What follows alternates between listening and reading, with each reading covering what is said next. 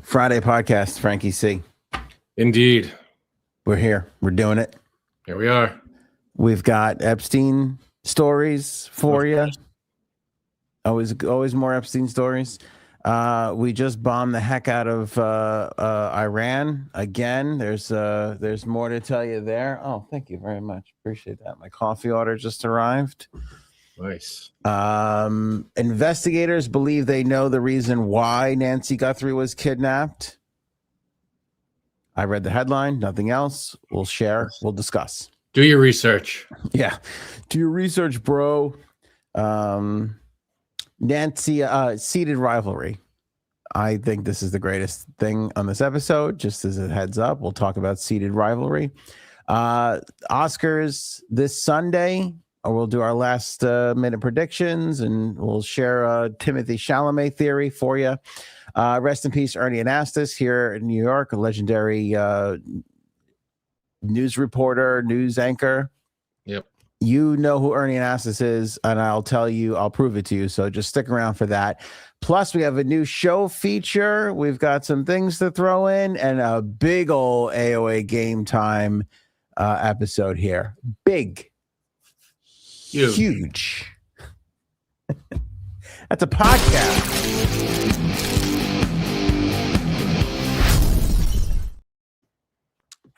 It's good coffee.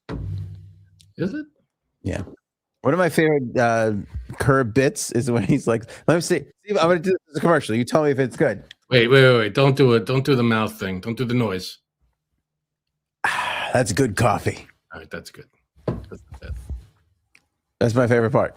All right. Anyway, I could deal with that. I know you don't like the frozen? I don't know. Raw Rocks is saying that we're frozen. Let us know if everybody's seeing us frozen. Yeah, if it's us or if it's Raw Rocks. Frankie C. Jeffrey Epstein. Don't ever say those two together. Oh, sorry. That's how I was just reading the files here, and that's how they're listed. Okay. Where were you in 2017? You weren't around a lot. We're doing this podcast. Very tan, though, doing this podcast. Couple things here with Jeffrey Epstein. A new photograph surfaced that reportedly shows Prince Andrew, Jeffrey Epstein in bathrobes alongside Peter Mandelson, the British political figure who's basically out on his keister these days.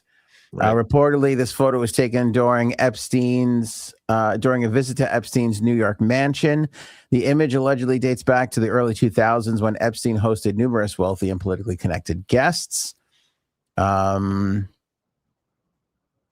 it's more proof of Peter Mandelson was one of those guys who was like, no, I didn't really. I never went to the island, and now all of a sudden, they're bathrobe buddies. Once you're in a bathrobe with someone, I mean, that's another.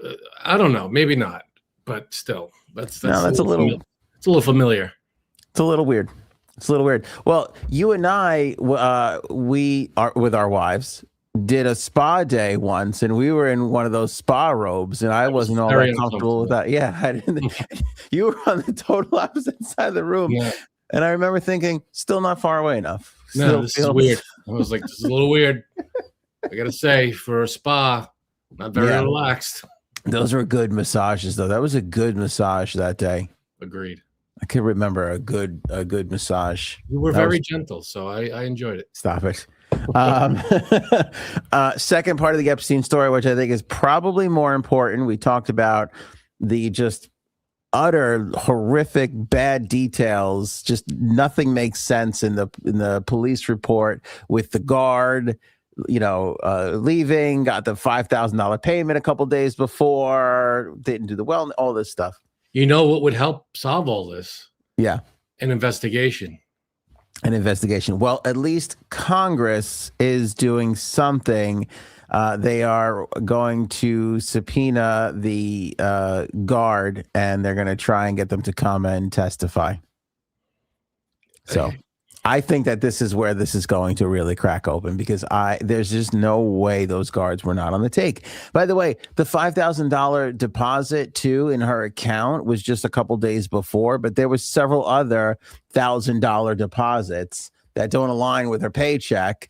That is all in this guards, and plus the documents that they wrote, we know are falsified. Like, I mean, it's just this part of this has been dying to be busted open, and hopefully this is the first step in that direction. And I feel like, correct me if I'm wrong here, but I feel like they didn't do a very good job covering their tracks. I mean, there's a lot of holes in this whole thing, like the accounts, the cameras, everything just adds up to a big cover up. This story is holier than Jerusalem, my friend. I don't have a rim shot thing here. I mean, I'm here all night though. Get me a rim shot thing. Sorry. That's the best I could do. Yeah, you're right. And again, I just think that this is where things are going to start to fall apart and get weird. But you know what's funny? I mean, it's tragic. What's tragic is these poor guards, who I don't think you get paid all that well to be a prison guard. They're going to be the ones who wind up going to jail, and all the billionaires and millionaires will still be just walking around. Right. You're probably right. They're going to get all the people that can't buy their way out of whatever, and they can't flee to their islands and their mansions and shit. Yeah. And that's what's going to happen. You're right. You're probably right. They'll go in and they'll finally confess and tell the truth, and they're going to wind up being the ones getting arrested for something, falsifying documents or some crap like that. Taking a bribe, turning off cameras. What about the people that turned off the cameras? No. Just the guys. Just the guards. That's it. That's all we're after. See, arrested. People are arrested. Huh? Everybody happy? That's what it's gonna be. That's what it's going to be. Moments ago, just before the podcast, the United States launched a major military strike on Iran's Kharg Island. So according to several news outlets, Kharg Island is a strategically important location in the Persian Gulf, historically tied to Iranian oil exports and military infrastructure. President Donald Trump said U.S. forces obliterated every military target on the island. The operation reportedly involved precision airstrikes on military facilities, missile installations. If I don't believe him. Oh, because he said last time they obliterated everything. Everything's obliterated. Yeah, we obliterated everything. Now they were that close to having nuclear weapons. But I thought you eliminated all their capabilities. Oh, we did. But so then how are they close? Well, they built it back. And so, shut up. Go away. You just lied. We obliterated everything. Yeah, okay. Kharg Island is also. Go ahead. Sorry, I thought you were. No, why would anybody ever believe anything he says? Kharg Island is also known as Iran's largest oil export terminal, making it economically significant. The strike is being described by some analysts as one of the most dramatic escalations in the region in years. So, yeah, we're not at war. Yeah. Well, did you hear the new Ayatollah, the son of the other one? Apparently, he was like disfigured. Yeah, they say, because we knew he got injured in the explosion that killed his father. Yeah, but initial reports weren't as bad. Now they're saying that he's got facial lacerations and maybe possible disfigurement, and might be something with his leg, missing his leg or something like that. So in other words, the perfect supervillain. Yeah. Okay. Basically. Is he going to be like half machine when he finally emerges? I don't know. I don't want to be negative here or Monday morning quarterbacking, but it's kind of our job to question leadership, government. I don't know how this isn't a really long, drawn out war. Like, I know he likes a party, pal. I mean, yeah, that's whether it was warranted or not, or the right time or not, and that's all up for debate. We'll probably never know the real reason. But you can't sit here and tell us that this isn't going to be dragged out forever. It's just going to take forever. Well, it's we still don't know why we went to war. If it's to regime change, they didn't change any regimes. They literally just put the next guy in and it was his son, and he's probably worse than the father. Well, that's the problem. You got to do this. You got to see this all the way through until you find somebody who's going to take over that country and be friendly to you. Yeah, well, the problem there is we don't learn from, let's see, Iraq, Afghanistan. I mean, there's a lesson here. You know, those who don't learn from history. I mean, this is literally. Thank you. Yes, that's exactly what it is. Everybody knows this is why. But what's the official reason? What's the reason that they would give? We know the reason is to distract from the Epstein files. But what is the reason that the White House would give? Is it to, you know, to free? They can't say it's to free the Iranian people because they haven't done anything to do that. They're not looking, you know, they're just bombing the shit out of them. They're bombing schools, they're bombing whatever, committing war crimes left and right. It's not a regime change.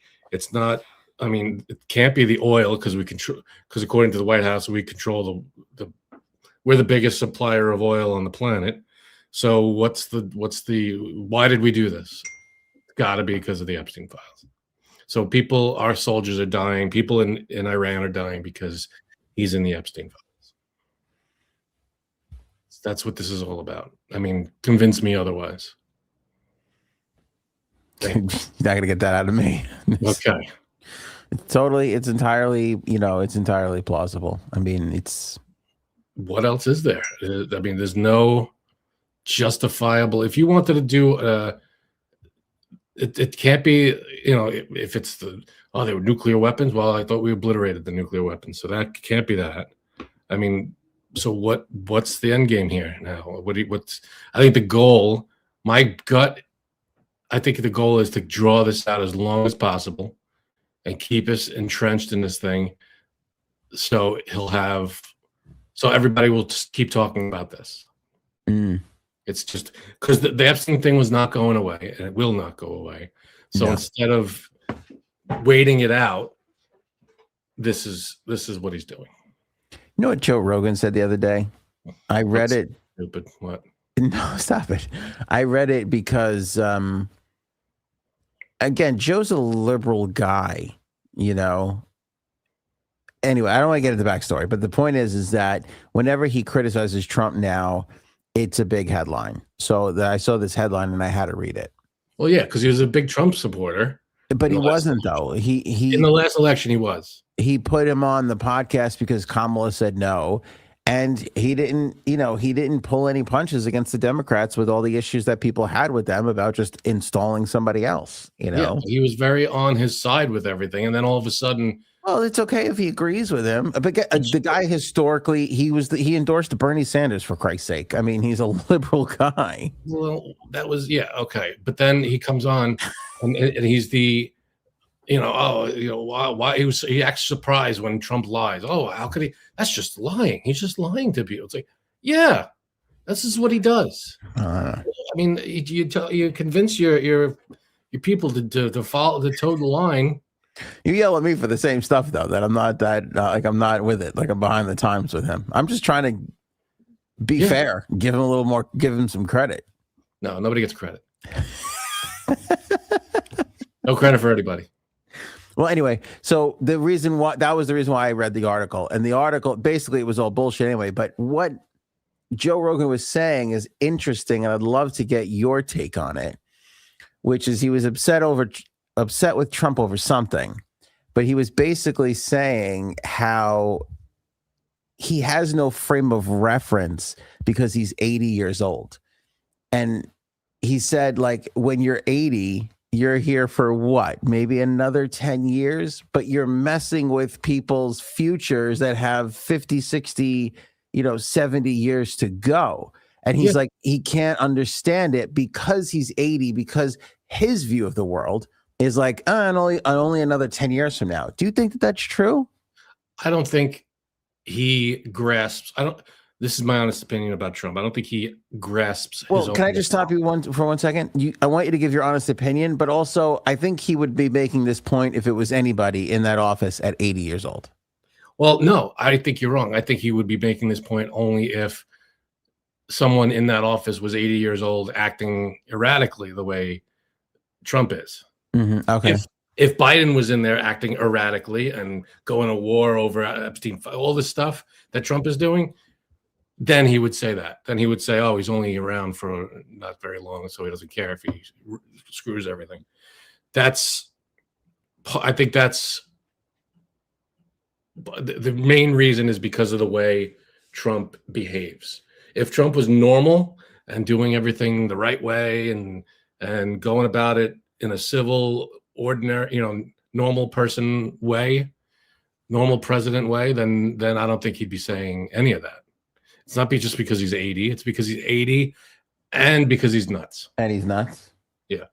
Well, yes, of course, because I certainly don't think if he was making all the right moves that he agreed with, he would bring this up. He's bringing it up because... So it's not an 80-year-old thing. It's an 80-year-old Trump thing.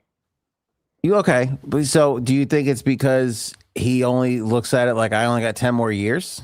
I don't think he looks at that at all. I don't think Trump grasps. I think he's too immature to grasp his own mortality. I think he's one of these people that kind of think don't understand that he doesn't have 50 years left. Yeah, but he hasn't come to terms with it. Who does? Who comes to terms with their own immortality? I think mature older people. If you're in that age bracket, you probably you come to grips with your nearing. You're not. I don't know. Do you you think a little long in the tooth? I don't think that I think he's gonna just try to do whatever he wants to get away with whatever he wants for as long as he possibly can. Do you think that your parents think about their death? Oh yeah, my dad tells me all the time. Oh, he does? He's like, why the hell am I'm 71 years old. What the hell is that? Where did that and he brings it up to me every time I talk to him. He's, yeah. I can't believe it. 70 something years old. And 20 years ago, I can't believe I'm 50 something years old. Every year it's the same. It doesn't compute with him. It's same with me. I still feel like I'm 14. Yeah, but it's weird because I feel like these, that whole thing, like 30 years ago, people looked older. You know that? Yes. Okay. I feel like we're I don't want to say acting younger, but we feel younger. Maybe it's because we're a healthier. Maybe each generation is getting a little healthier. Yeah, I think there's some truth to that. Yeah, for sure.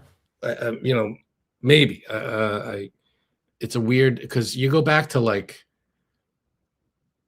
the 70s and you look at any movie of any cop show or like you look at Charles Bronson or Al Pacino. Yeah. They all looked like they were 80 years old, but they were like 30.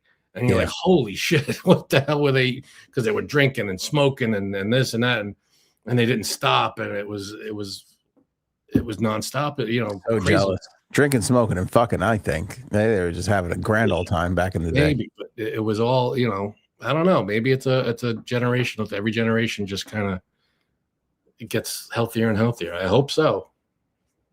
Maybe.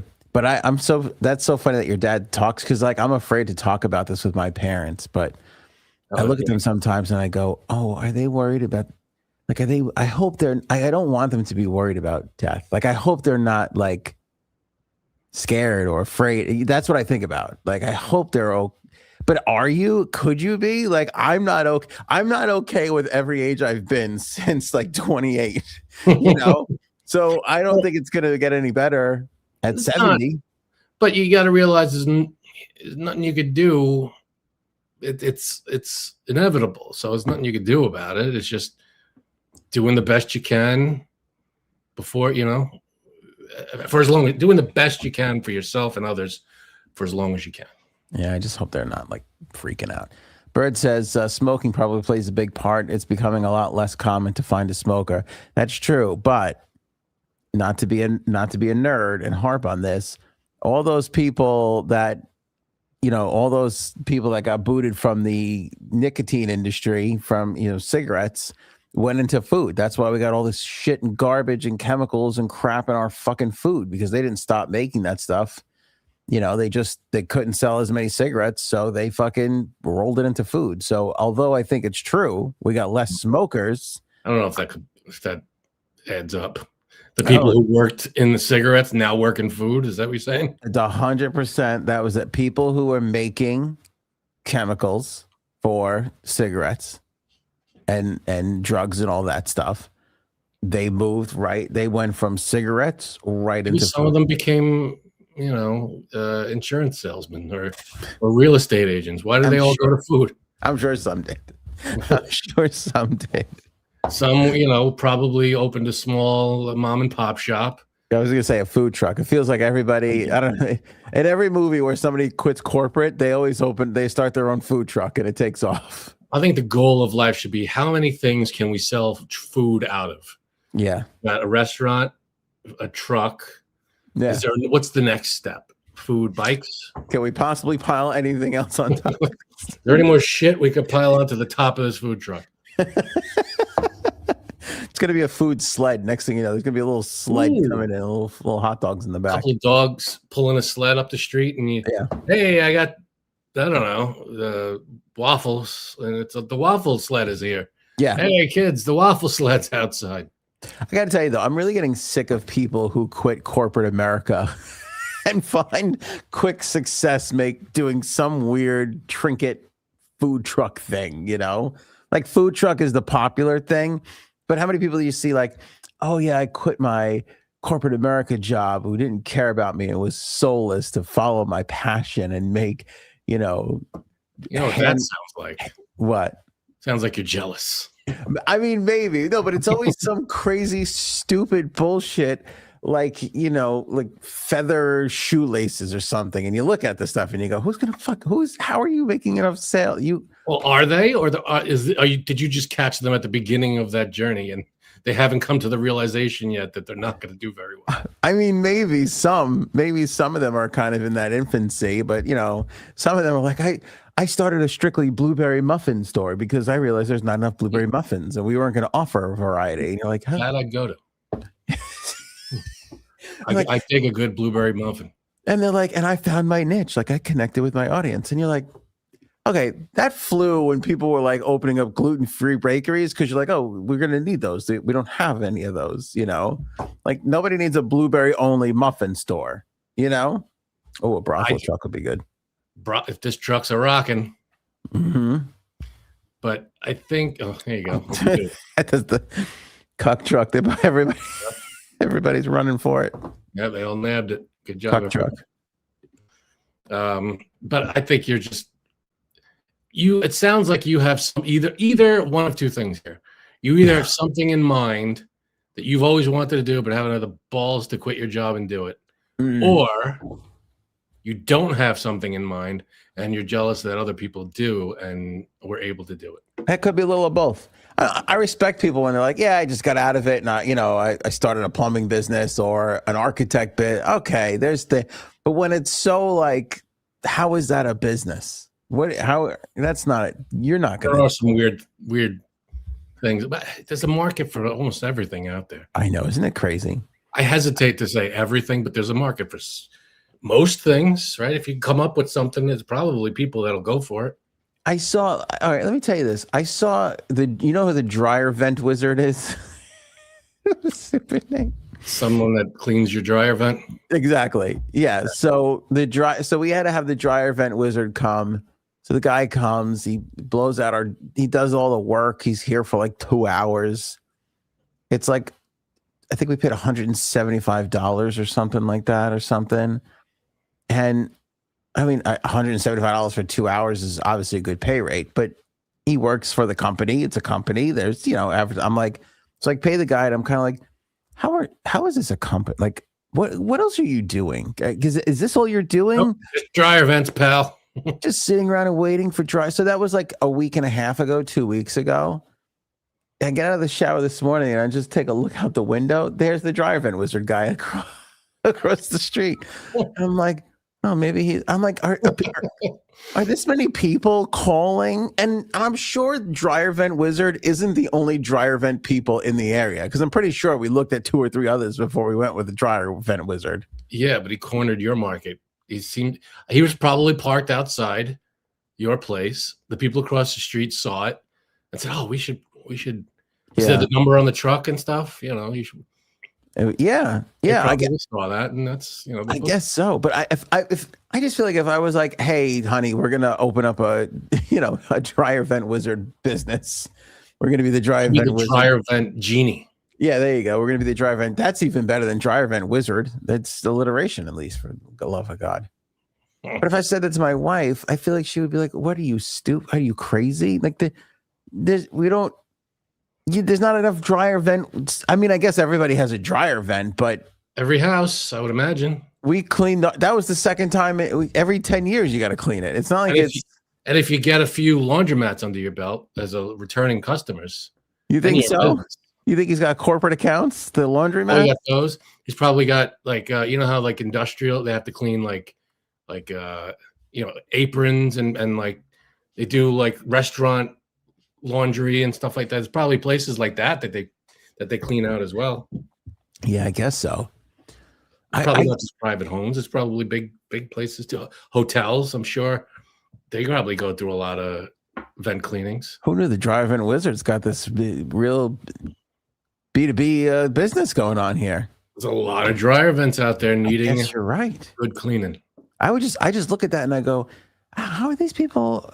The same thing. Like I talk to the kids in my kids' class, their fathers. This one guy's like, yeah, I own my own business. I'm like, oh, what do you do? He's like, yeah, landscaping. Okay. I'm like, that's a solid business. I go, well, yeah, but I go, oh, where? And he's like, oh, here. And I'm like, aren't there like 40 landscape? There's not that many houses around here. I'm like, how much are you charging for? And then I'm like, do you do the sprinklers and do you get? And he's like, no, just cut the grass. I go, do you plant or replant it? Like, is that because there's some nice big houses around here, but for the most part, this is a blue collar area. And, he's like, oh no. I'm kind of like,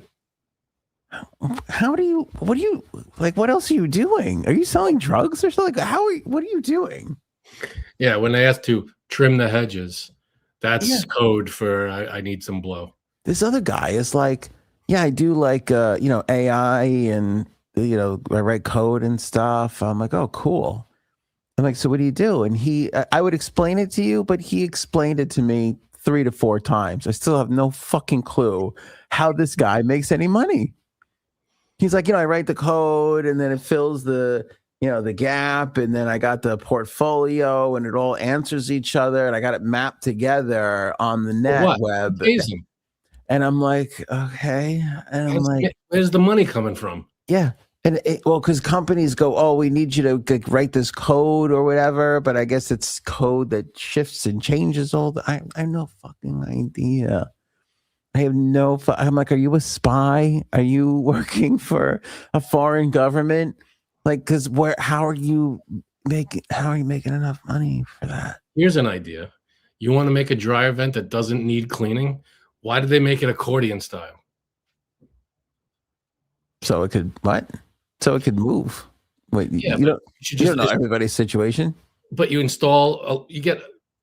Let's say you have to install a dryer in your house. You cut a certain length of hose that you would need so that it runs to the thing. But why does it have to? If it didn't have those wedges in it, you don't think it would get stuck? I don't think it would. I think you'd have to. It would be cleaned out every 20 years instead of 10. What are you trying to kill, big dryer vent wizard? Sorry, dryer genie or wizard, vent wizard, but I think that's the answer. Man, they got a thing cooking. Anyway, you got an idea. We could start a whole business around cleaning out dryer vents if we make it like accordion style. This way, all the lint will get stuck in there, and then we have to go clean it. Yeah. Well, I was just reading an article that's basically what car dealerships are. That it's 2026. Nobody can understand why there's a car dealership anymore with the internet, right? And the car manufacturers, I don't think the car manufacturers are like, all right, we don't give a shit. Like, it's not like, so we sell directly to the customer. Like, great, we'll probably make more money. So they don't want dealers anymore. The people who are buying the cars are getting screwed because the dealers have to pay themselves the rent, the employees, the insurance, So they're paying that much more for a middleman, basically. So both sides of that equation don't want it. Do you know why they haven't been able to get rid of fucking car dealers? Because they have a lobby, because they're so fucking powerful, and they're paying lawmakers. It is illegal for car manufacturers to sell direct to customers in this country, except for a couple of electric, that obviously Tesla. Because that's probably what people, bro, do your research, bro, Tesla, bro. You know, I couldn't even fucking finish before they were probably screaming at their screens. But there's a lobby, so you have to get Congress to change that law, and their lobby is paying so much that they're never going to change it. Lobbying is one of the biggest screw job things that happens in Washington. One of. If we could outlaw lobbying, I think that would be a huge win. I'm telling you, because those are the people controlling the law. Yes. It's not the people. It's the people who line these pockets. And it's like, oh, you know, the gun lobby, the car fucking lobby. It's insane. Every year or every 4 years, we get a new president, and that person comes in. All of them, every one of them. Look at every one of them. They all do this. This is the most important thing we need to pass. If we don't pass this, we're going to lose our country. We're going to lose our government, all this stuff. Whatever it is, Obamacare to, what was this one's first? The beautiful bit. It's always, and then they go, once we got to get this thing, we got to save our country, and then we're going to fix everything else. And you know what that thing never is the goddamn lobbying bill, right? That's what it is. That realistically is the only thing that needs to be fixed first, and then everything else can follow. Yeah.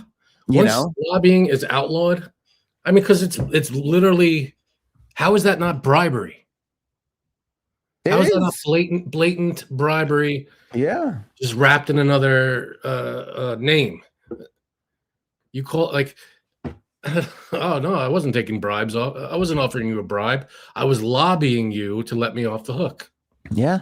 I mean, it literally, if you just get rid of that campaign finance, all that, get the money out of it, you'll be fine. It's insane. We'll never get Obama raising the money off of Twitter was the closest we ever got to having a chance at any of this, because it takes that rare, even if you look at Congress, there's 100 senators, there's how many fucking Congress people? There's like 4 who have gotten elected by the people's money and without taking money from anybody else. And you're never going to get anything changed if you don't have a majority of Congress. Right. And that's one of the things, like in my book that I'll never write about what needs to change, lobbying needs to go, outlawed. Yeah. Basically, it's just bribery. And that plus Congress people, representatives, they all just need to make their salary, and that's it. You want to make more than that, get a different job. Yeah. That plus even campaigning. I don't even think you need to fly to all these places. Yeah, if you want to visit this town, that town, whatever, but I feel like you don't even need to, like if there's a situation that needs to be solved, like if there's a water problem in this state, or there's something, the natural disaster, you visit the state and you help out, whatever you got to do. But in terms of campaigning, what? A photo op? You're talking about having a photo op. That's what I'm saying. You don't visit a state. You want photo ops, but no, I want to. No.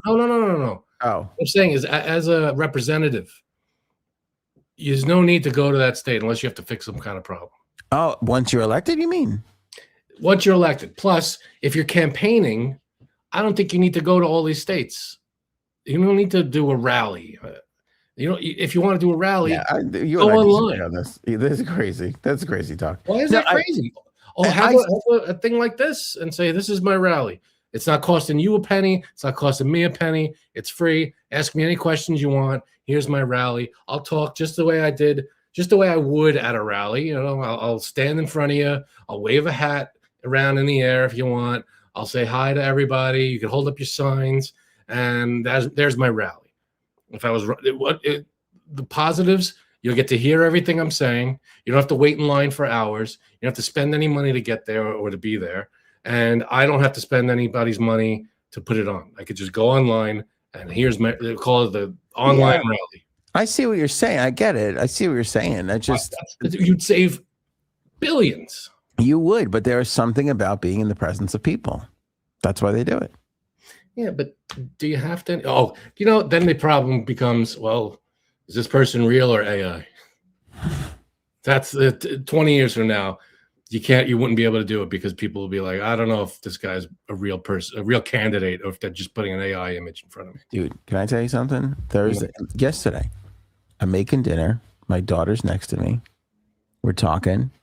She goes, Dad, I saw this video of this lion, it attacked this girl, but she got away, and she's telling me this whole thing, and I go, oh yeah, no, I've seen that video. That's not real, sweetheart. And she was like, no, it was it was animals who bring their babies to humans to get them help, and she said this one, and I was like, no, that's not real. And she was like, no, I saw it. And I go, no, I know, but a computer made it. She goes, yeah, no, I watched it on a phone. I saw it happen. And I was just like, oh no. I'm like, they really aren't, they're in trouble. Like in her mind, because people always say, oh, the kids are going to be so effed up because of AI and they're not going to know what's real. That's really. So your kids are the first? No, but I'm saying when I told her, like, oh, I just expected her to be like, oh, it wasn't real. But she was just like, no, you don't understand. I saw it on the phone. I saw it with my own eyes. So were you able to convince her that this was made? This really didn't happen? She went, when she go like a kid goes, up to two tries. Yeah. She was like, huh, like it, and doesn't kind of starts thinking about it, but doesn't I think she thinks I'm telling her the truth, but she still can't believe it. She doesn't believe me. What you got to do is you have to show her. You have to be like, here, this is what they did. You sit her down in front of the computer and say, listen, look, I type in all the prompts and there's the video or there's the image. And it looks real, but there's going to be stuff like this out there. And just, take everything with a grain of salt. Not all of it's real. You got to literally show how it's made, because I guess otherwise, how are they going to know? It's just so strange. Like you could tell, like it wasn't computing. Like she understood the words I was saying, but she was just like, I saw it. What's he? You could just see the doubt in her eye. Yeah, you just got to tell them, listen, it's a very expensive, real looking cartoon. But you know what I mean, though. It's like if you tell me, oh, that wasn't real, that video, I would be like, oh shit. I guess that wasn't real. I understand real and not real. To her, there is no not real. Really? I mean, she knows there's not real. She knows there's cartoons and movies, right? The movies aren't real. She knows that. But when it looks like it's real, not a movie, real. I'll give you for instance. Like it's presented like. Yeah. If you go in not knowing, if you go in with the understanding that it's not a movie, then you're going to think, okay. Yeah. And I'll give you another, for instance, we watched Miracle a couple of weeks back. I told you about that. Mm-hmm. Then we watched the US, and my son said to me, he's like, Dad, this is fun, but why is it not as I'm not as pumped up. I was pumped up when I was watching Miracle. And I was like, oh, because it's a movie. They move the camera. They use music to manipulate how you're feeling. It's different from a live actual event. And he was like, but I thought Miracle was real. And it didn't. And then he goes, it didn't really happen. I go, no, it really happened. But it's a retelling of the story. And he was like you could tell he was kind of like, it's the first time he ever really thought about these kinds of things. Yeah. You got to lift the Hollywood rose-colored glasses and listen. Yeah, movies, they're gonna amplify your emotions. They're gonna make you give different points of view of a real, especially with real life things that actually happened. Yeah, like when I said we're gonna When I said we're going to watch the Olympics, he thought he was going to turn on and see Miracle happening like in front of his face. He couldn't understand that it's a sporting event. They can't put, Yeah, and Russell, whatever, Kurt Russell's not there. He's good. Yeah, he's good. He's doing a lot of press. I don't know why. Maybe the Oscars or something. He's in something. I don't know. I just love hearing him talk and speak. I think he was a child actor, the rare child actor who's not messed up, didn't get abused. Like you don't get that. I think he was one of those wholesome ones that grew up in the business, continued to be successful, still to this day works and is successful and amazing. And his kids, it's him and Goldie Hawn. That's Kate Hudson. I don't think is his. That's right. That's what I was wondering. Yeah. But she's in the Goldie Hawn lineage. So, but I think their granddaughter is starting to act, and he was like, oh, she's got it, this and that. But his story is amazing. Like, who's not like, and even like Kate Hudson has been like, oh, he was a great dad. Like, he was a great dad for me. Like, he was around, like he's a good guy. He's not messed up in the least. Yeah, no, he's one of the good ones. Like, you look at Corey Feldman, I would put Corey Feldman and Kurt Russell on the opposite side of the spectrum of child star, growing up in that business. Yeah, no, Corey Feldman went through all the shit, man. Right. Yeah, but Kurt Russell never. If anything ever happened, we certainly wouldn't. No, and like supposedly he was like best friends with Walt Disney. Like, well, I don't know. Yeah, there's this thing when Walt Disney died. There's a piece of paper. They found a piece of paper. Like Walt Disney had it either on his desk or right with him. Right. Just Kurt Russell on it. Right. That's all it said. Yeah. It was weird. Yeah, there was some special connection there or whatever. And well, did you see the thing? What was he on? Colbert, I think, Kurt Russell recently this week. Well, was he? And it's either Colbert or Seth Meyers, one of them. And they showed a picture. Kurt Russell was in an Elvis movie. Yes, it was Colbert. It's Colbert. Okay. Yeah, and he held up a picture and it was young, like kid Kurt Russell talking to Elvis, and that's insane. Yeah, and then Elvis wanted to meet his dad. He was like, "Can I meet your dad?" And then he told, "Gonna meet your dad." He told the cowboy hat story. Did you hear that story? No. Kurt Russell's dad. What was his name? Mr. Russell. No. What was his dad? Kurt Russell's dad. You don't remember either? No, I can't think of it.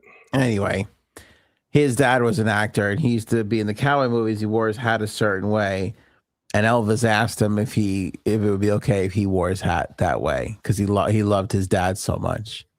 And so his dad was like, "Yeah, sure, whatever." And then like Elvis would be on all these cowboy movies, and he'd be wearing the hat just the same way Kurt Russell's dad. I don't think it's Jack Russell. No, definitely not Jack Russell Terrier. He's not a dog. No, he's a big actor too. I can't remember his name either. I can't fucking remember anything. I can look it up real quick. Kurt Russell dad. Bing Russell? Bing Russell? That doesn't sound right, but okay. Kurt Russell's father is Bing Russell. Well, I'll be a son of a bitch. That's the second Bing in history, I think. I think there's only two. Who's the bigger? Oh, Crosby. Bing? It's got to be Crosby. Yeah, that's a Crosby. Yeah. I mean, there aren't many Bings anymore. No, we need a Bing. Help me out in the chat. Anybody naming your kid Bing? Bird. This is your time to shine, Bird. It could be an opportunity. Bing Bird. Bing Bird. I'm sure Bird's her last name. Bing Bird. Bing Bird. Is Bing short for something? Chandler Bing. Bing Cherry. Chandler Bing. Chandler Bong. Actually, Mrs. Chandler Bong. That was one of the funniest Friends episodes. I remember that episode. Yeah, that's my favorite episode with the trivia. Yeah, that's the best one. That's a good one. That, and I mean, then there are moments cut out from each episode that are really classic. Yeah, but that whole episode is great. Yeah, I gave it a shot. Nice shooting. You're shooting with Althea? Althea's correct. Nice shooting. That's so good. Yeah, he was good. Bing bong. I saw bada bing. Nice. Bada bing bird. Is that what we're talking about? I don't know if you. I was saying last episode, Frank. I have such high hopes for this kid. I'm just, I guess at a certain point you give up on your own kids and you realize, Bird's kid is my only chance at being a part of a kid's life and with some success. Help us, Bird Bing. You're our only hope. Bing Bird's going to be, he or she, is going to be amazing. Oh, Bing one Kenobi. Oh, that's good. I like that. Yeah, not a lot of Bings anymore. I think I don't think there were any before Bing Crosby and Bing Russell. And I don't think there were any after. That's true. Did we do Nancy Guthrie yet? We have not. All right, let's get through this. Authorities investigating the Nancy Guthrie kidnapping case are warning that the suspect could pose an ongoing threat. Sheriff involved in the case said that the suspect could absolutely strike again, and investigators believe the suspect may have planned the abduction carefully and could target others. Law enforcement, Frankie C, in the area has been increasing patrols and public alerts in nearby residences. I haven't been doing anything. Well, I'm just law enforcement, Frankie C, in the area. I was just trying to connect. So do we know what happened? Do we have? Nancy still don't know where she is. Still don't know. I mean, I guess they really think there was a kidnapping. I mean, because all along the possibility of her just wandering off and dying in a ditch somewhere is, it could not be a kidnapping. It could be that, but for whatever reason, now they've done all this investigative work and there's no sign of her anywhere. They have the masked people at the door, no? And that's true. There's the masked guy at the door. Awfully suspicious. Yeah, you think? And the ransom notes? No, it's not a kidnapping. But I don't know if they've ever actually verified because, the ones that were going to TMZ, they figured out were bullshit. Who would do that? I don't know, man. Could you imagine someone gets kidnapped in your neighborhood or something, and you write a fake ransom note and send it to what are you doing? Crazy people. Crazy people. They probably think we can get this crypto money and not get caught. Unbelievable. It's stupid. But it sounds morbid, but they don't have proof of life, right? They don't even know. Are they in touch? Do we know if they're in touch with them? The kidnappers? No. They don't know anything. No, don't know. So what? It's such a weird situation because there's one of two things. I mean, why would anybody kidnap someone without some sort of communication for ransom? That's the whole point, right? So then what are they doing? Well, I guess they're saying that it could be a targeted thing where maybe they're not going to be the only person. Maybe somebody else is going to get kidnapped. Maybe that's when the ransom comes. But you already got someone. I don't know. Maybe they're trying to make a bigger point. Be honest. Somebody's kidnapped and you got to try and get that person back. That's one thing. Fucking 4 people in an area kidnapped. Now that's a whole other thing. It's a whole bigger, and they're all connected. And you got to, Yeah, fine, but it's a big move. It's a weird one. I never heard of, granted, I'm going off of movies. One person gets kidnapped. How many people? It's because then it becomes hostages, right? You feel like once you get a bunch of people, you have. Once it's more than 2, you now have hostages. Is that where you go from kidnap to hostage? I guess that's it. I think that's the step. I like it. I like where you're going. It's a good theory. I mean, now you're a hostage taker. Right. But then again, they don't know where they are. They don't know who these people are. I don't know how many. They have no motivation. That's what's got it. That's the weird part. There's no motive. What? Why? if it's for money, where's the ransom? Who are they talking to?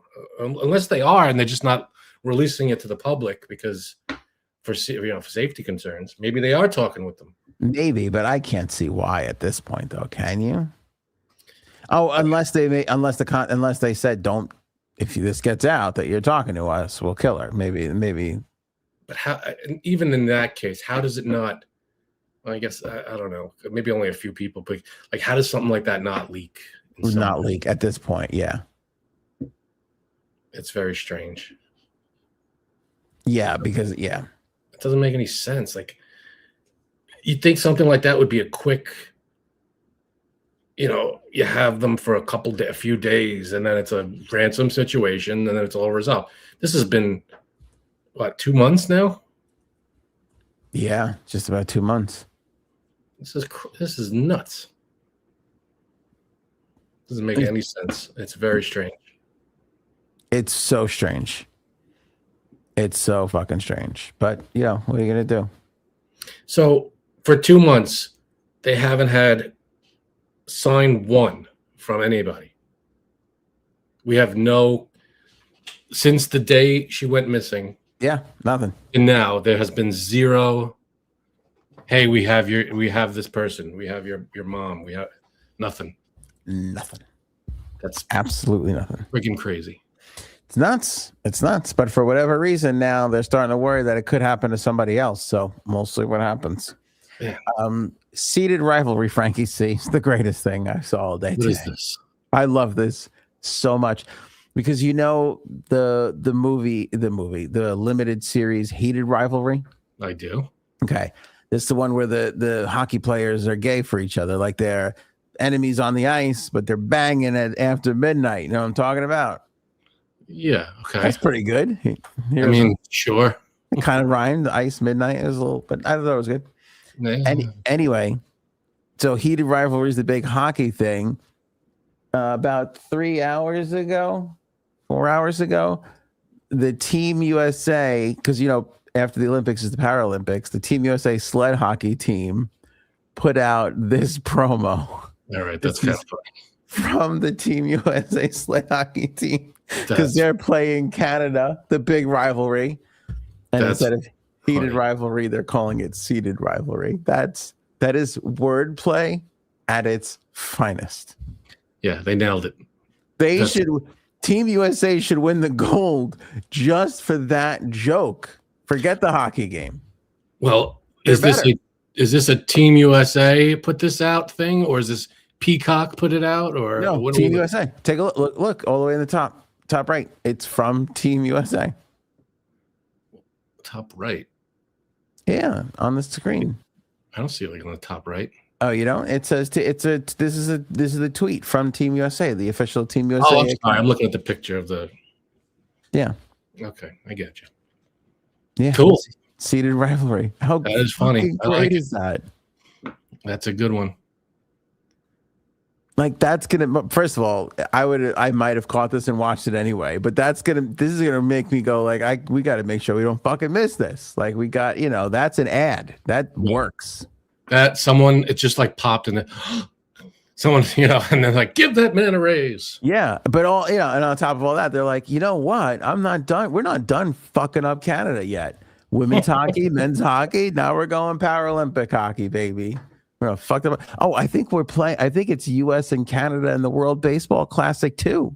What the hell is going on? Why are we always against Canada? It's not the champ. It's the playoffs, but that's the first playoff. It's U.S. and Canada. Yeah, I don't know. It's a big thing, right? It's a border rivalry. All right, a beaded rivalry, if you will. I don't know. Heated. I thought. I mean, border heated. Whatever. See, you can't beat seated rivalry. No, you never. Nothing we say is going to be better than fucking seated rivalry in this episode. Nailed it. They friggin' nailed it. Now, do we know which team is better? Like, how do we know? Oh, like who the favorite is? I could probably FanDuel. Somebody's probably got to have it. Some odds on the game, I'm sure. Yeah. Yeah. You know what I didn't think of? And Frank, remember you? So for people who don't know, Frank and I had a coach that was in a sled when we were playing in high school, and we went to a couple and did a couple sled. We were in the sleds. Remember? I don't think I did. I wasn't a part of it. Oh, that's right. But you were there though, weren't you? And didn't we ref one of their games, and then we were jumped in the sled for another game? You didn't come for that? I thought you were there. Well, anyway, so this has been a part of our lives for a really long time. I've watched sled hockey games, been at them, ref them, played in them, and I'm listening to this hockey interview. I like listening to the hockey channel, and they're going. The guy goes. He has whoever the president of the sled hockey associate, whatever, right? So the first question he asks him is, what do people may not know about sled hockey versus regular hockey? Like, what's the standout difference? And I'm listening and I go, you asked, that's a fucking stupid question. What's the difference? Yeah, it's obvious. I'm like, what a stupid first question. And then the guy goes, you know what the most difficult thing is? And I'm going, is he really going to say? Because this is difficult going with your, he goes, our defensemen can't skate backwards. So you're defending, with the play to your back. That's exactly that's the noise. I can't believe I've been watching this for like a decade and a half. And I never thought, oh, that's the big pain in the ass. That's the truth. That probably huge. Is. Yeah. That's a huge, what's it called? Flaw in the. I mean, why can't they design the sleds to go forward and backward? I guess because you should be able to go backwards. Yeah, well, they do kind of go side to side, like in a way. But I guess because our natural body is just because we go this way, and the picks are on the back. But this is not as powerful as a move as this is. I feel like for humans. Sure, but you should be able. Are they sleds just not able to do it? I mean, I guess you could technically do it, but they'll probably get smoked because your offense is coming down on you front ways. But wouldn't it take just as long to turn yourself to spin around? I don't know. Well, clearly this is the norm. This is what they do. And he says they have to defend with the play to their back. And I was like, holy shit. Never thought of that. That's a bitch. Yeah. I mean, isn't that, I'm so glad you're finding that fascinating. Cause I thought like, how did I never think of that? Like, how did I not notice that? No, that's nuts.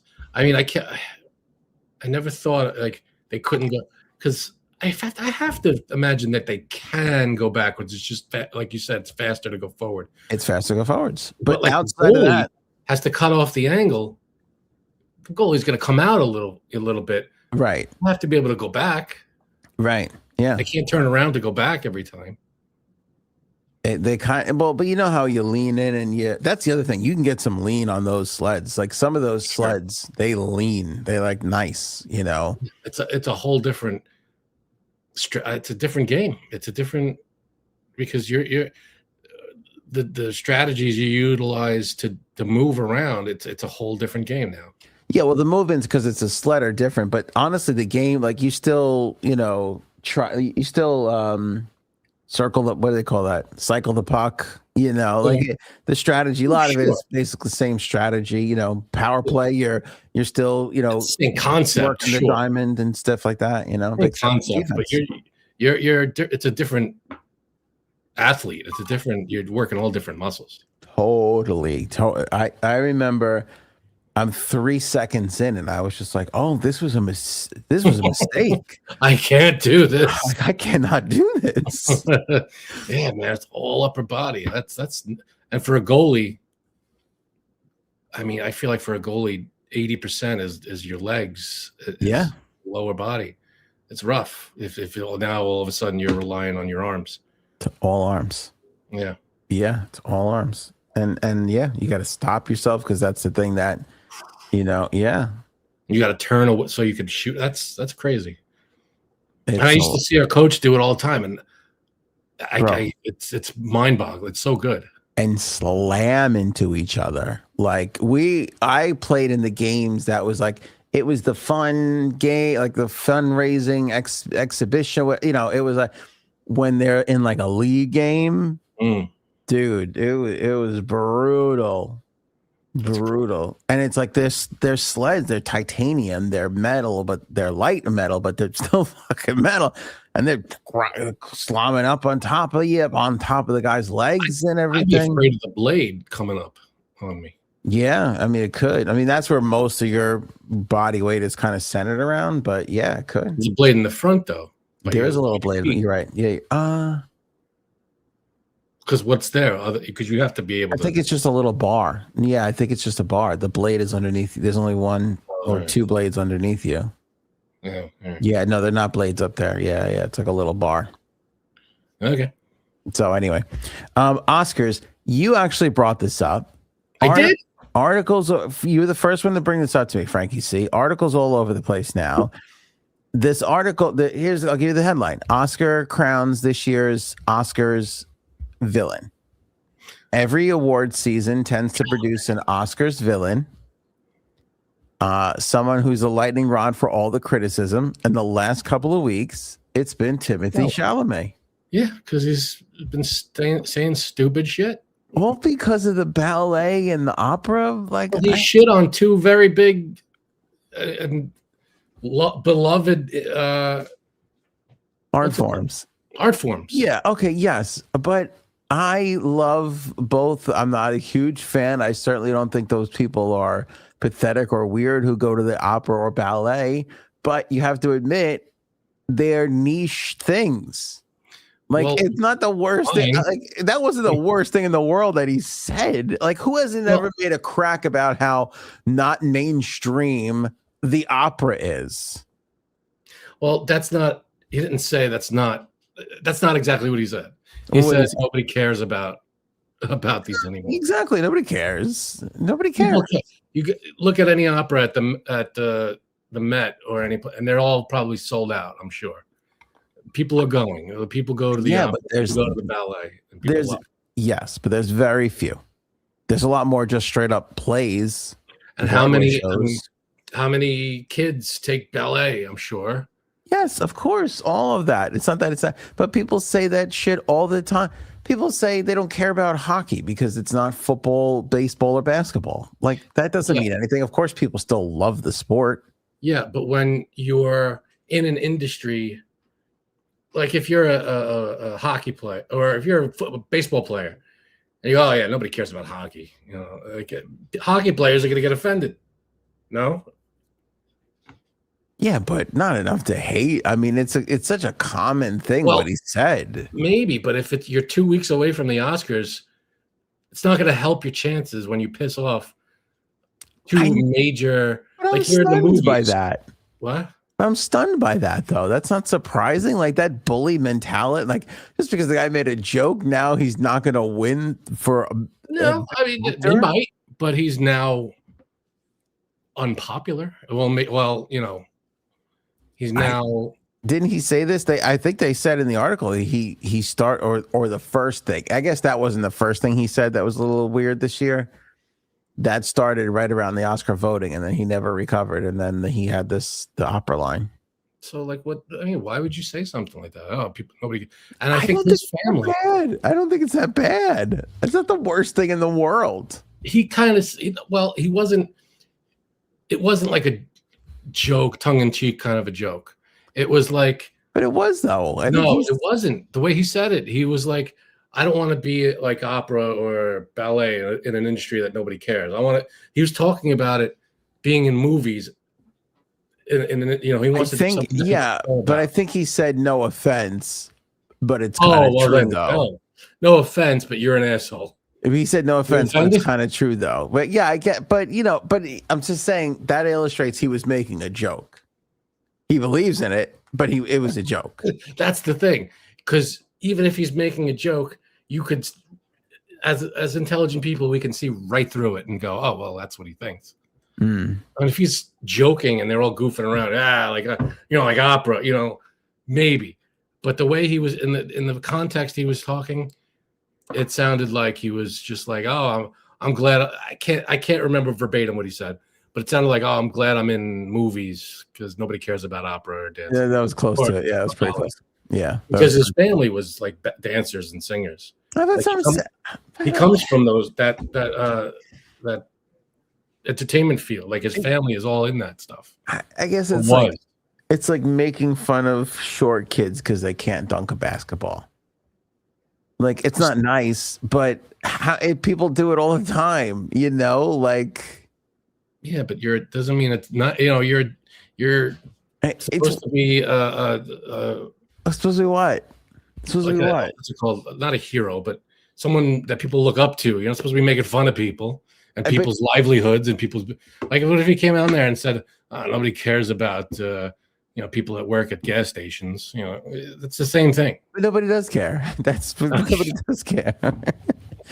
People don't care. The same way they don't care about an accountant. They care about actors, football players, musicians. It's like nobody cares about the fucking gas station guy. Who gives a fuck said about it with a smug bullshit attitude that was like, what I'm doing is better than what you're doing. Everybody feels that way. I was just going to say, everybody who's 1 inch taller than the next person is going to make fun of them for being short, no matter what the height is. It's just like everybody does that shit. Doesn't make it right. I guess not, but the world's not perfect. Everybody jumped off a bridge. Would you say something negative about opera? I'm just saying, it's like opera. Like, it's okay, Like, we make fun of, like, the kids who played Magic cards. There you go. See, it doesn't hurt to admit when you're wrong. Those fucking... Oh, look at this. Look, Frank's been dying for somebody to say that. I'm just saying, it's okay to admit when you made a mistake, when you goofed, when and I don't know if he apologized for it, or I think in the moment he was like, I just lost however much viewership or something. I just attacked opera. And he even said, I just attacked opera and ballet for no reason. Well, that's what it makes to me. It's like, yeah, it was just a joke. That's all. There was no reason. But he didn't apologize. It doesn't. No, come on. You give me a break with this apology. Give me a break. the nice police over here. You don't have to be nice all the time. But when you say stupid shit, you're going to get there's consequences. That's all. Stop breaking the law, asshole. That's the best line of the whole thing. He wants to know what he should do. It's so good. It's so good. 90s Jim Carrey, man. Oh. Was that 90s Liar Liar? Yeah, oh yeah. Right? Yeah. That was like the first one after the big wave. Right? Because it was The Mask and Dumb and Dumber. All in the same year. Wasn't it all 94? It was all the same year. And then let me see, Liar Liar. I think it was probably right after that. That was the one. That was what he followed it up with. I'm pretty sure. 97? 97. Wait, so there was 3 years between those first three and Liar Liar? Apparently. And nothing came in between then? Oh, wow. Well, I'm sure there was, but those I don't know what. I wish I had a chronological order of these things. Oh, I thought you were on IMDb. Cable Guy was 96. Oh, the Cable Guy. Batman Forever was 95. Oh, that was it, I bet. Ace Ventura, the second one, was also 95. Oh, really? That came out that quick? Yeah, I didn't know that either. Jesus Christ. He was That's unbelievable. Yeah, he was doing stuff, man. He was great in Batman too. I mean, people shit on those movies now. No, he was great, but he should have been the Joker in a different Batman. Oh, because Jack Nicholson was the Joker in that universe. But he played a great Riddler, but I feel like he played it very Jokery. I guess so. Yeah. Maybe I don't know. I just remember being pumped at the time of just anything that Jim Carrey. I was still young enough to be at that impressionable age. Yeah, so it was Ace Ventura, The Mask, Dumb and Dumber. The next movie was Batman Forever. Then the next movie was Ace Ventura, the second one there, and then Cable Guy, and then Liar Liar. Then the Truman Show the year after. Is that the end of the run? Truman Show? I know he did more. Truman Show was 98. Man on the Moon was 99. Oh, that was great. Me, Myself, and Irene was 2000, along with The Grinch. Oh no, he's still in the pocket. Those are all huge.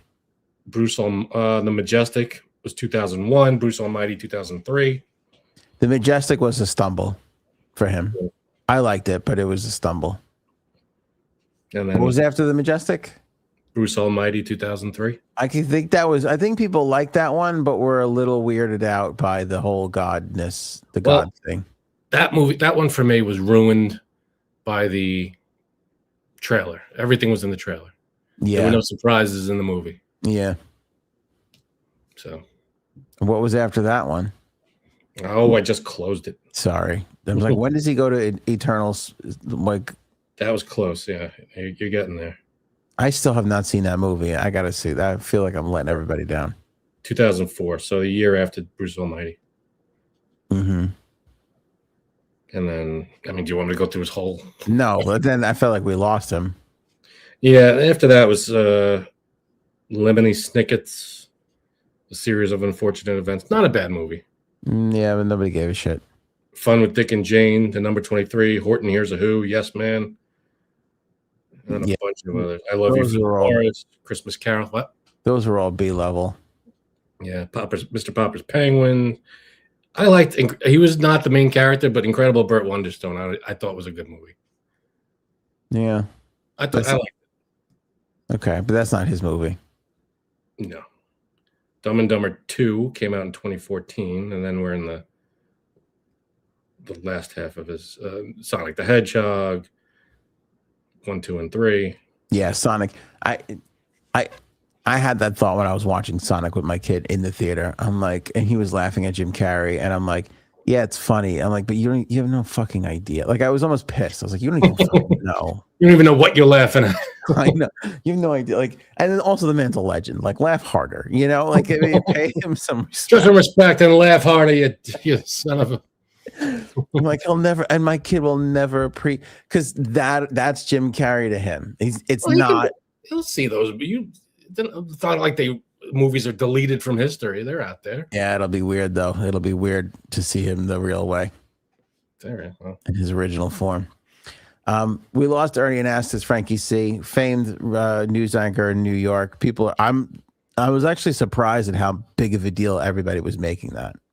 Yeah, he was like 80. I didn't think he was that old, but you know. Yeah. But yeah, 80 years old. Do we know what? That's because you didn't think that because he became 65 the second he turned 29. That's true. And then it was just the slowest, you know. He was one of those guys that always looked right. 65. You're right. Yeah. He was 65 for like 30 years, you know. But staple around in New York. But people outside of New York know him because if you've seen the clip of the news anchor when he laughs and goes, "Keep fucking that chicken." That was Ernie Anastos. That certainly was.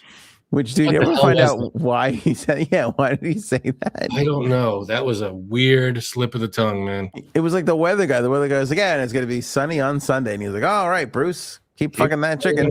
And then he was like, what? His anchor, the woman next to him was like, she was like, what? What do you do? Okay. Can you imagine being the person, either the weather guy or the anchor woman? Just like, tell the fucking chicken. What do you do? How fucking high are you, Ernie Anastos? How do you? I'm sure he had to. There was an apology, I think, after that on the air. But he meant behind the scenes explanation. I remember reading it and going, I still don't understand how that makes any sense. But they weren't talking about chickens, I don't think. No, nothing remote. Nothing to do with chickens. Or fucking for that matter. No. Nothing to do with anything like that. It was a weather story or something. I'm trying to think of, you know how like phones autocorrect? I'm trying to think of like he autocorrected something in his mind. It was supposed to come out some way. Yeah. And it just shuffled around and came out that way. I can't think. I hope so. I hope, because the other alternative was he had a thing for chicken fucking, and he's just been thinking about it all day long, and finally it just popped out of his mouth. Is that how I get it's all over. If you haven't seen it, it's all over YouTube. I think if you're into chicken fucking, you're mostly thinking all the time, don't talk about chicken fucking, don't talk about chicken fucking. And you know what's crazy? I mean, the guy was a news anchor for how many decades? Yeah. And this is the thing that everybody knows. It's fucked up. Oh yeah, the chicken fucker guy. I mean, he was a sweetheart on television for decades doing his thing. Beloved guy. And he says one fucked up thing like that. 2 goddamn seconds on a random Thursday. Yeah, and that was it. That's what everybody remembers. And his legacy is ruined. Yeah, 40 years on the air. The 2 seconds. How do you think he was talking to his kids, being like, how do you think they're going to remember me? Messed up, man. And he was also a children's author. He wrote books. Can you picture him going, but do you think they'll remember me as a children's author? No, I don't think so, Dad. Yeah, they will. Shut up. I think it's going to be more like, wait, the chicken fucking guy wrote a children's book? Hold on a second. Oh, man. Oh, poor Ernie Anastos. Oh, man. Yeah, outside of that. That's a hell of a way to be remembered. Hell of a career, but that was... Yeah. That was a big one. That was a big faux pas. Yeah. All right, Frankie, see, we got about 1,942 blind top fives to get to. So let's get Aaron C on here. I'm in for all of them. Yeah, I'm excited about it. But I don't know if we have time to talk about our new feature, but I would like to talk about it with Aaron. Yeah. Also, I just want to tell you about how they got onto that, if that's okay, about the thing, about the chicken. Oh, sure. Oh, please. Okay. So here's the thing. Purdue has had a phrase in their marketing. It takes a tough man to make a tender chicken. And the forecaster said, it takes a tough man to make a tender forecast. And then he followed with that. Yeah, that's right. Which is just so you know. I mean, it doesn't give any answers. Right. So that's the chicken, how the chicken, but why? Yeah, why the fucking the chicken part to still? Oh yeah, no. I always thought he was saying something else, and before YouTube, I thought that he must have said something and it sounded like that, and then it was like, nope, Yeah. nope. Yep. That's exactly what it sounded like. That's exactly it. Yeah. So that's not going to be a great segue. But what's the new? Well, wait, hold on. I Okay, haven't really been reading the chat. Did anybody say keep cucking that chicken in the chat yet? Or Nobody has said it yet. Which is so strange. Anthony, great job, Robin. Oh boy. That's great.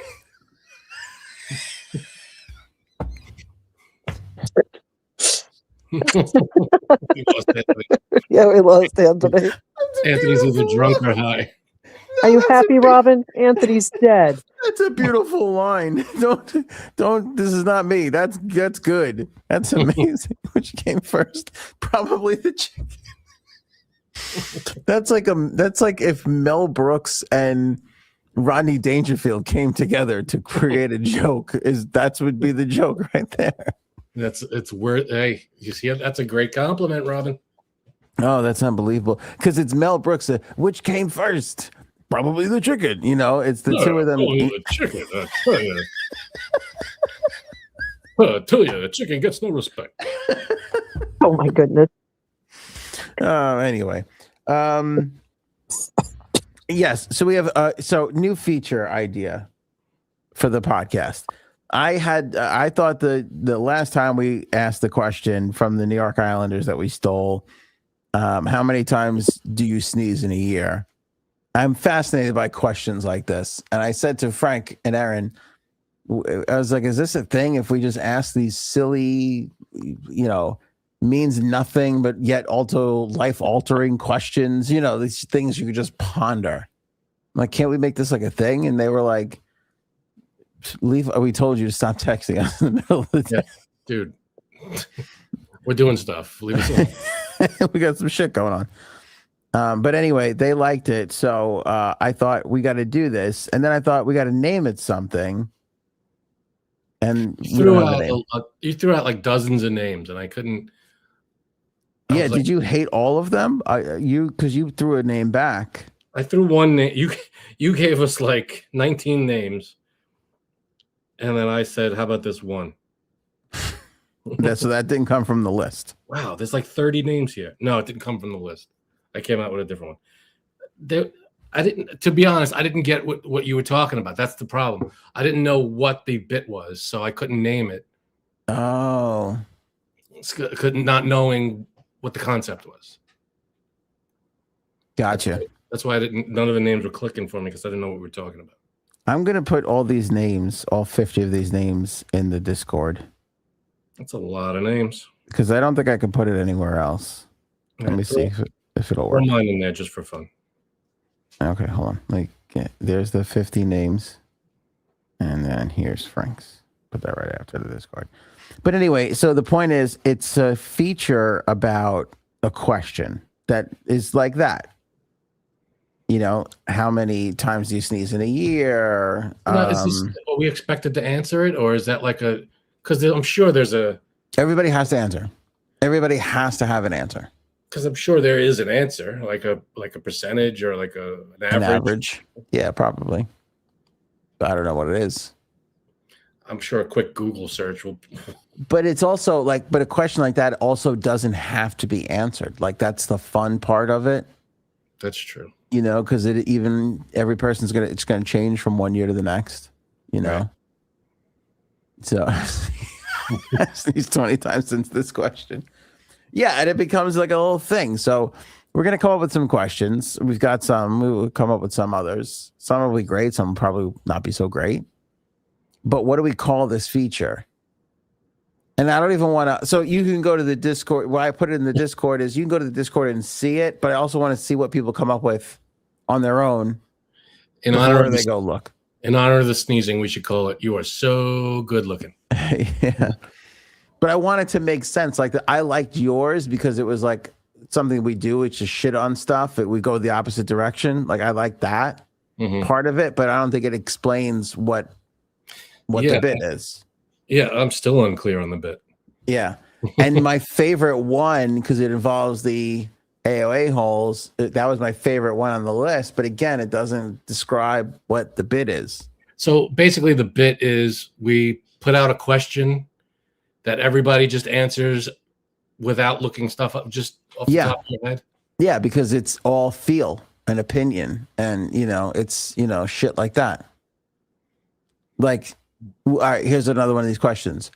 How many, if you were fighting to save your life, you have to fight and kill these people to save your life, or to get out of a trench to save your, to escape and be the one who escapes and lives. How many 13-year-olds do you think you could take on? To, like, Batman style, battle your way out of the thing to climb up the, That was actually a question. They had that question in Family Guy. Oh, really? Yeah. Yeah. So if they were 13-year-olds, like how many could you kill? Yeah. Or 8-year-old, whatever. That's an old, kind of like age-old internet question. And Peter Griffin goes, I'd back into like a bathroom stall to give him a narrow entry point so you can take them out one at a time and just keep kicking. Bang, bang, bang. It's fun, like, it's just some of the answers coming in. 13-year-olds from Bird. Brooks is 0. Brooke can't take it on anybody. Yeah, see, Brooks, she's that guy. I'll die. I'll let them kill me. I can't hit a 13-year-old. That's a good person. I mean, and then the question that Joe from Family Guy goes, well, are there weapons? Do I get? And they're like, oh, he goes, well, only what's around you. You're in the schoolyard. It's a whole bit. It's hysterical. That's but yeah, I'm in. Let's do some questions. Let's. So what do you call that bit? And again, I'd love it to have something to do with us, but also you want people who don't know who we are to get in on the joke. To get on the joke right away.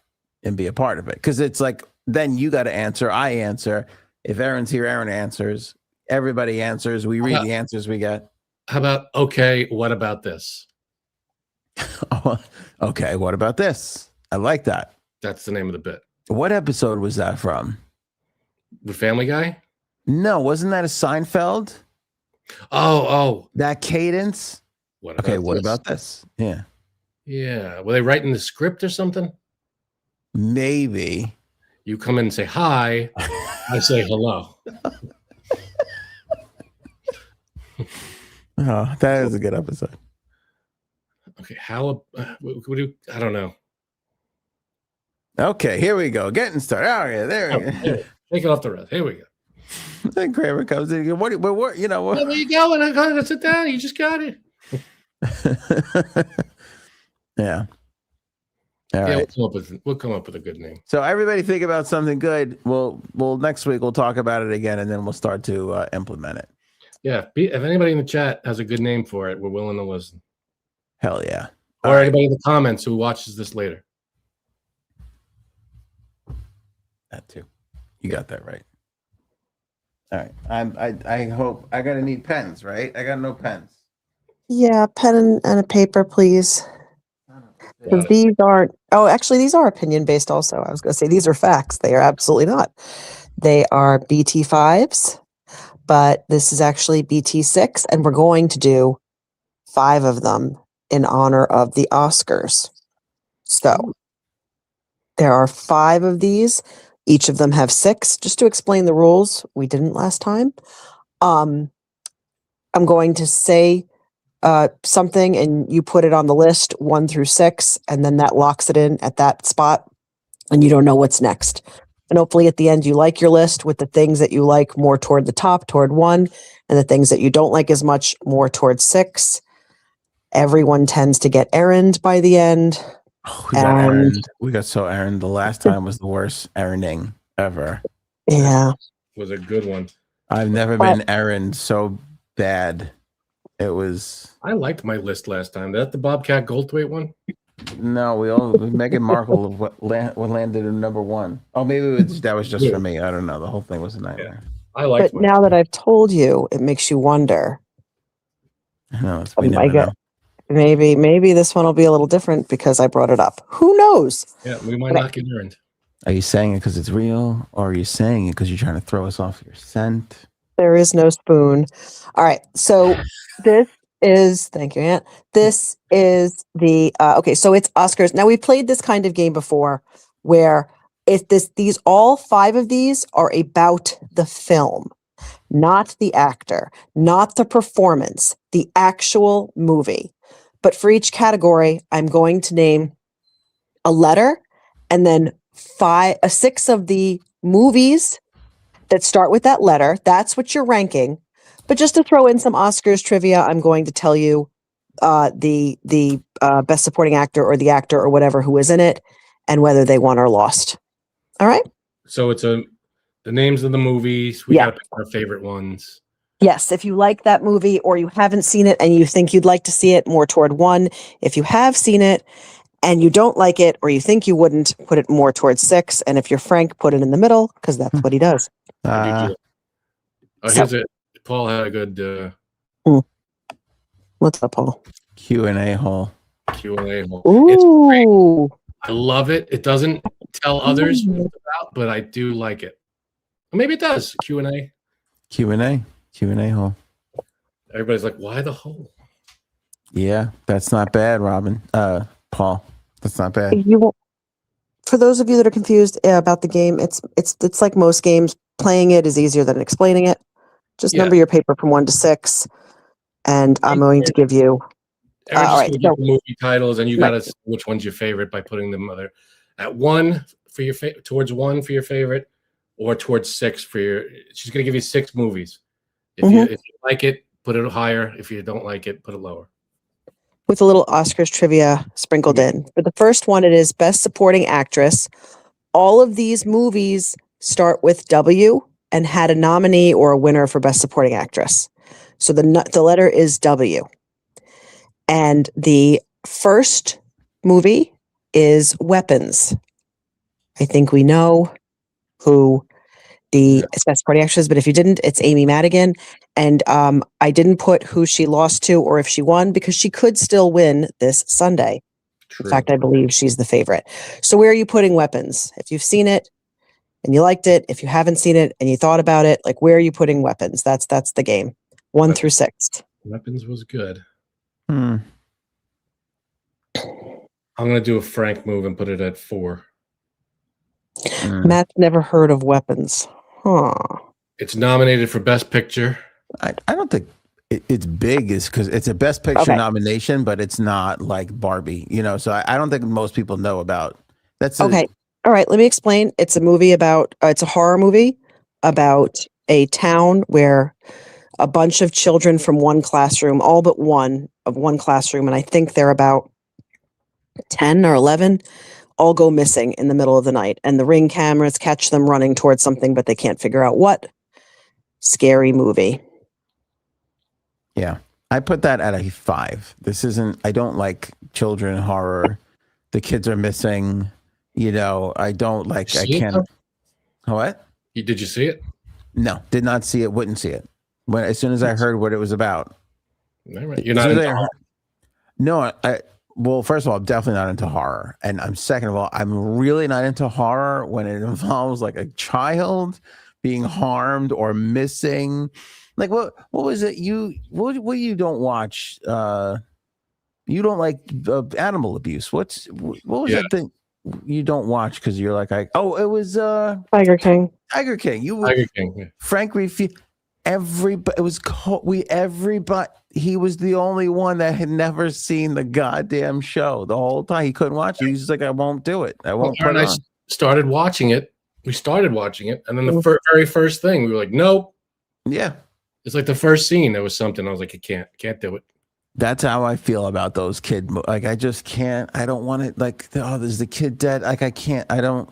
So I can see that. Yeah. So don't like that. I understand that. 5. I 5'd it. all right. I 5'd that motherfucker. Did anybody put it higher than? I'm not getting Aaron this time, baby. 5? I'm playing to win, Aaron. Let's go. All right. Number 2 is The Wrestler. This came out in 2008. It's a movie starring Mickey Rourke. No, I can't think of his name. Yeah, Mickey Rourke. Mickey Rourke. Okay, Mickey Rourke, Marissa Tomei. About a retired professional wrestler as he makes his way through the independent circuit trying to get back in the game. Darren Aronofsky directed. And Marissa Tomei was nominated for Best Supporting Actress, but she lost to Penelope Cruz for Vicky Cristina Barcelona. Bullshit. Whoever heard of that? That's my girl, Marissa Tomei. A coffee lane, a cup of coffee. Oscar winner, Jerry. I love this movie. This is Aronofsky at his absolute best. Yeah, I never saw it. Oh my God, it's so good. It's so good. I'll put it at 5 because I don't trust your. You're crazy. That's insane. I don't trust your opinions on movies. I'm struggling between 1 and 2 right now. It's out. So you good. Get out of here. No, it is, and she's so great. Like she should have won. She was great in it. Well, Matt has never heard of The Wrestler. All right, Matt, maybe we should come back next week when it's food or TV because I don't know. I don't know, man. I'm trying. Nominated for Best Picture, I thought, right? The Wrestler? Yeah, I don't know. I'm sorry. Big time. Well, I think didn't it win? It did not win. It didn't win? Shit. It should have won. You know what? That's number 1 for me. Going The Wrestler. Yeah. Okay. Taking big swings here. Big swings. 2008. Yeah, I don't think awards. No. Brought Mickey Rourke back to life. It got Mickey Rourke into fucking Iron Man after this movie. Yeah, but then after that, it was like. I'm just saying that's you. He went from not that has been to we got to get that guy in an Iron Man mask. Kinda. Yeah. So 1. How do you like that, Aaron? I do like that. Thank you. I'm all mad because I got Aaron last night. Yeah. All right. We're halfway done with Wicked. I don't know if I have to explain Wicked, but if I do, it's a take off Wizard of Oz. It was a Broadway show. It talks about the friendship and frenemy between Glinda and Elphaba. Ariana Grande was nominated for Best Supporting Actress, and she lost to Zoe Saldana for Amelia Perez. 6. I was gonna go 6, and then I'm like, wait, should I put it 4? Because it might be in. No, I'm with you. 6. I hate those two. Wow, there are so many 6s in the chat. Yeah, people don't like those Whoa, two. another one. There's a 5. There's 6. There's 6s. Ariana Grande is pompous, and the other one, I forget her name. She thinks well, I'm telling you, when she shit on the people that were making their own posters of her because it covered her face, I think she lost. That's when she lost to me. Turned me off. Matt, you've never heard of Wicked?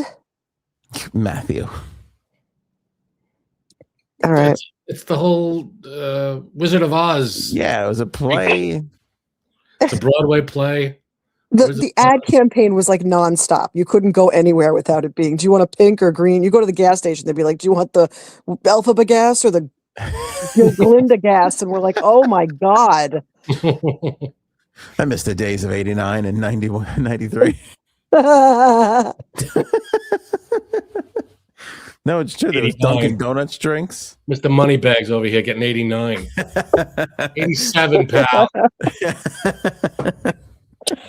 Oh boy. Okay. Matt, you'll be happy to know that the fourth one, I don't think anyone's ever heard of. So number 4, I thought this was a really funny title, so I threw it in there. It's from 1971. Let me know if anybody's ever heard of this movie. It's called Who is Harry Kellerman and Why is He Saying Those Terrible Things About Me? If it sounds funny to you, it's basically an idea about this guy who thinks that he thought that everything wasn't going his way, and now he thinks that there's a man named Harry Kellerman who is ruining his life, even though he's never met him, and his family's trying to tell him, no, that's not true. And he's like, it has to be. It's a comedy. It's from 1971. Barbara Harris lost to Cloris Leachman of The Last Picture Show. Where are we putting this since we already all got number 6 taken by Wicked? I'm going to go 4 because it's the highest I can put it. Uncle B saw it, of course. Uncle B, I have yet to find a movie you have not heard of. By the way, I've heard of that movie. I think that's the longest title movie ever. Because I've heard of it because it's big and ridiculous. I don't know what it's about. Dustin Hoffman was in it. I think the longest title movie is How to Drink Your Juice in the Hood Without Something or Something in the Oh, yeah, because that's why they did that. Don't be a menace while drinking your juice in South Central. Yeah, don't be a menace Central while drinking your juice in the hood. I don't know who is Harry Kellerman and why is he saying one of them's longer and I don't know which one. I'm not gonna count. It might be the longest one ever nominated for a yeah, I can't believe Don't Be a Menace didn't get nominated for an Oscar. That's a travesty. All right. So I got that at number 3. Uncle B has the distinction of I have never mentioned a movie he hasn't heard of, and Matt has the distinction of I've never said a movie he has heard of. All right. You guys are the bookends. I'm not gonna lie. All right, so it looks like Harry Kellerman, a lot of 3s and 5s. You know what's interesting about this? Speaking of the Wayans brothers, I just saw a TikTok the other day. It might be old because Scream came out not that long ago, a couple weeks ago, maybe 3 weeks ago. But on Scream's opening weekend, it was the debut of Scary Movie 6 or whatever they're up to's trailer. So the Scary Movie trailer played before Scream. That's cool. Yeah, but it's like how are these fucking Wayans doing this? Like they're spoofing the movie that hasn't even come out yet. You know what I mean? Well, are they or are they spoofing the past movies? I mean, maybe the past movies, but because it's filmed a year ago or whenever it filmed. I mean, I guess so. And there's we're out of proportion. There's more screams, I think, than scare, or maybe I don't know. I think there's one or two more screams than scary movies. All right. But it seems weird. Like I just feel like they're like, let's just make a trailer. Like I feel like if there's a staff member that goes, hold on a second, we're spoofing. You don't even know what the fucking movie is, and like we'll just make a trailer. and then we'll go watch the movie, and then we'll, by the time we got to put the movie out, we'll film it. We'll figure it out. Like, we'll write it then.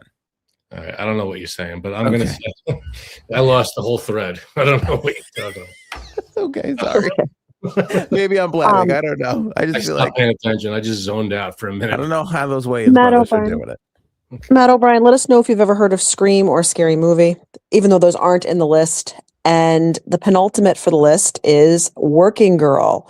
Working Girl is from 1998, and the premise is when a secretary's idea is stolen by her boss, she seizes as an opportunity to steal it back by pretending she has her boss's job while she's away.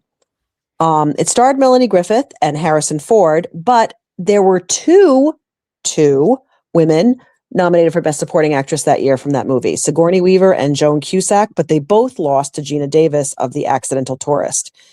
If you've seen this movie, tell me in the chat who you think would have been better for Best Supporting Actress, Joan Cusack or Sigourney Weaver. A lot of 1s and 2s for this one. So I got Working Girl at 2, and I got 1 is my only one available. What were we saying, hon?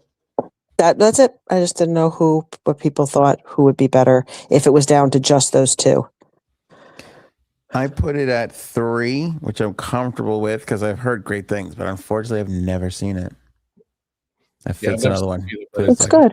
It's a classic, but I've never seen it. Wasn't Madonna in that too? Or no? Am I thinking no. That's that girl. Joan Cusack has a line. She says, well, I'm just going to spoil it for people, sorry. But Melanie Griffith says that she can pretend to be her boss.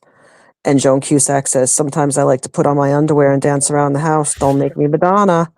So I think that's what you're thinking of. I have seen that line in clips. Yeah, that's it. That's it. Joan Cusack. She needs to make a comeback. She was great. What was she in though recently? She was in something recently? Oh yeah. Well, but she's the girl in she's the girl Woody in Toy Story. Oh yeah. Yeah. That's true.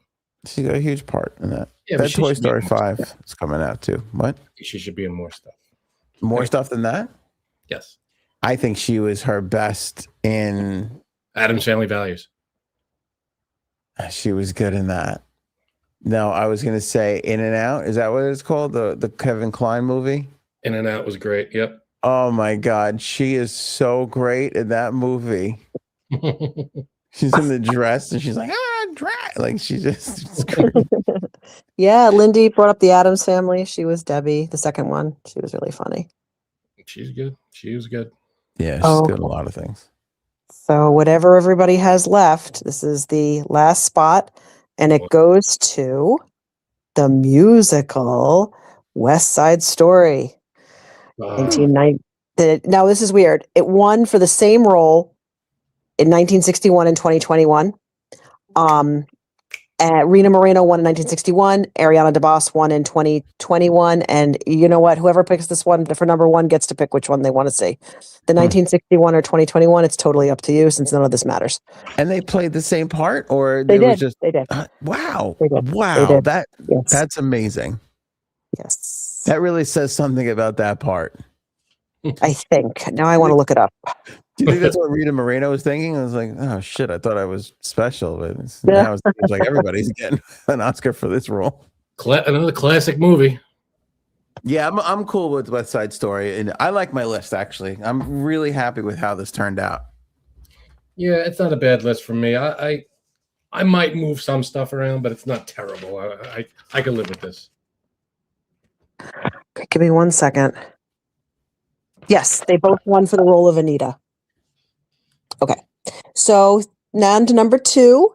Now we're on Best Actor, and the letter has changed. The letter is S. All of these movies begin with the letter S. And now that we've gotten the swing of things, we'll just jump right in. The first one is Sinners. Best Actor nomination for Michael B. Jordan, and he could still win. So we don't know. And this is 1 through 6 again. I think Correct. he's going to win. He's the I think he's the favorite actually now. Now he is, yep. But And this is not him. This is the movie. Mm-hmm. I don't want to say anything, but I feel like very early on, before a lot of people were talking about Oscars, this very show said, feels like it's Michael B. Jordan's year. You did say that. It very well could be. I'm gonna put Sinners at 2. For those of you who don't know what Sinner's about, it's a good movie. Yeah, again, Hard to explain. I told you what happened. Somebody told me what it was about. I was like, oh my God, but they hated it. They loved the first half hour, hated the second half hour. I don't like the type of movies the second hour of the movie is, so I'm like, I'm probably going to hate that part of it too, Yeah. You did watch it? Best go in blind for that one. I didn't because this person's critique was it could have been the greatest like historical blues movie ever if it didn't decide to just pivot to be a horror Something film. else. Okay. Yeah. All right. Sorry. No, it's fine. Okay. So Sinners is getting 1, 2, 3s and 4s, no 5s and no 6s so far, which is good. Can I tell you?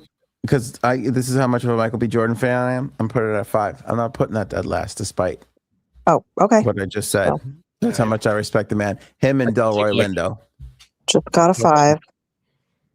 And also, you know who I miss is Bing Lindo. He was the best. He was such a good guy. Bing Lindo, he should have been in more. Thank you. Okay. So I think you'd like it, despite being a horror movie. I think you'd like it. I know, I do. I'm probably going to wind up watching it, maybe even this weekend too, because I just I don't know, it just feels like it's Michael B. Jordan's time. Yeah, it could very well be. He won the SAG. Okay, number 2 is the movie. Oh, and also just so you know, the and articles do not count. So the next one is Steve Jobs. It's a movie about Steve Jobs. Michael Fassbender was nominated for Best Actor, but lost to Leonardo DiCaprio in The Revenant. It's a biopic on Steve Jobs. Who wants to see that? Meh. I loved this movie. Oh my goodness, you always surprise me. I can't understand. Really? Oh, I loved it. You would love Steve Jobs, but Sinners you have no interest in. Can I tell you something? Even the Steve Jobs movie, which came out a few years before this one, with the guy from that 70s show there. Ashton Kutcher. Thank you. Even that one was good. I'm with most of the people in the thing. I put it at 5. Oh, you guys are crazy. You guys are crazy. It's about I can't. I know. Fassbender is you don't even see an actor. That's how fucking good that guy is. I in this like movie. Fassbender, but every time I watch him, I see Michael Fassbender. I'm sorry. He's good. He's a powerful actor. He's got presence, whatever. But every time I see him, I feel like it's him. Okay. I don't know. It's really, and the way they do it, it's an interesting biopic. Like it's 3 parts of his life, like 3 distinct moments, of his life. It's so good. I have to. Oh my God! Fuck. Where did you put that? I do. I was gonna go 2, maybe 1. It's so. I'm gonna go 2. Okay. Well, we are the exact opposite. I'm 2 and 5 with the other way around. It's a good one. I'm telling you, it's a great movie. It's a great flick. That's fine. The third one is not quite a biopic, but it's something. It touches it. It's The Social Network. Jesse Eisenberg was nominated for Best Actor. He lost to Colin Firth in The King's Speech. The Social Network is about the beginnings of Facebook, and I'm blanking on his name. Zuckerberg. Mark Zuckerberg. Yep. Okay. Can I go? Ooh, Uncle B's number 1. The best thing I did was put the Steve Jobs at 2 because this is number 1. Uncle B is correct. You're right. It's not even close. It is not even close. Come on. This is one of the greatest films. Stop it. Stop. What's wrong with you? I am not even joking with you. What is wrong with you? Tech bro movies are your thing, huh? Oh. I did strangely also like the BlackBerry fucking thing. I'm like, I can't believe how much I'm enjoying this shit. I mean, this is just shit stupid. I'm enjoying it. I watched the Spotify one on Netflix. Oh, it's terrible. It's fucking terrible, but I watched it. Anyway, You have the worst taste in movies. Just because I'm a tech bro doesn't Yes, mean. it does. Oh my God. Okay, let me make my case. Everything about this movie is perfect. It is perfectly written. Like, perfect. Best, like, some of the best Sorkin ever of the pacing. Okay. They directed the ever-loving shit out of this movie. What's his name? Aaron. Thank you. No. He wrote it. Fincher, I think. I'll look it up. Fincher. Yeah. No, Sorkin wrote it. Fincher directed it. So Fincher directed the shit out of it. Yeah. Fincher. Thank you. The goddamn score from Thank you. Trent Reznor Oh, good. is perfection. Like the way his score makes every scene that much more intense and uncomfortable when it's supposed to be intense and uncomfortable. Yeah, great score. I'll give you the score. Here's The And the whole thing movie's is good. The movie's really good. But the and it's best about- movie ever? And You it's gotta about relax. wait, hold on. And it's about one of the biggest cultural shifts society has ever seen with the advent of social media. There are a So lot of movies like that. But, you know, I'm sorry. The Social Network is not the greatest movie ever made. this is I can't I know believe. that's a hot take, but no.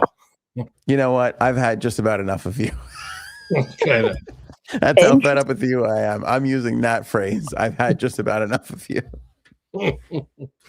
interesting fact. If you want to make your job seem more important while you're working, or if you have to focus and you want everything to seem really intense, 3 scores to listen to are Gone Girl, The Social Network, and Contagion. Is that 2 out of right? 3 were done by Trent Reznor, and the third, my dad's a huge Trent Reznor fan. He thinks that the guy who did Contagion should be sued by Trent Reznor because it was 100% a Trent Reznor knockoff. He walked out of the film like saying that, and I was like, "How about the disease? Like, how about the American response to the disease?" He was like, "The songs were just like." He's like, "If I were Trent, I'd sue." So that was my dad's takeaway from Contagion. But they're good scores to listen to if you want, what you're doing to seem very important. Dude, the Rose scene in Social Network, just because of his score. The score What makes that scene? whole entire scene. The what scene? The rowing scene, the crewing scene, when they're crewing. The whole, like the fucking scene ends and you're like, what the fuck? Well, like you feel like you're in that fucking boat pushing just because of the music that Trent Reznor he's tapped into something. Score. It's a great score, but it's a a lot phenomenal of movies score. do that to you. A lot of watch Armageddon and feel like you feel like you lost 30 pounds after you watch that movie. Are you fucking kidding me? All right. That's, we have I 3 would more. put Armageddon past Social Network. This is crazy. I'd rather sit down and watch Armageddon than Social Network. I don't want to miss a thing. I like Social Network. I do. Oh but my it's not the God. greatest movie ever made. I'm sorry.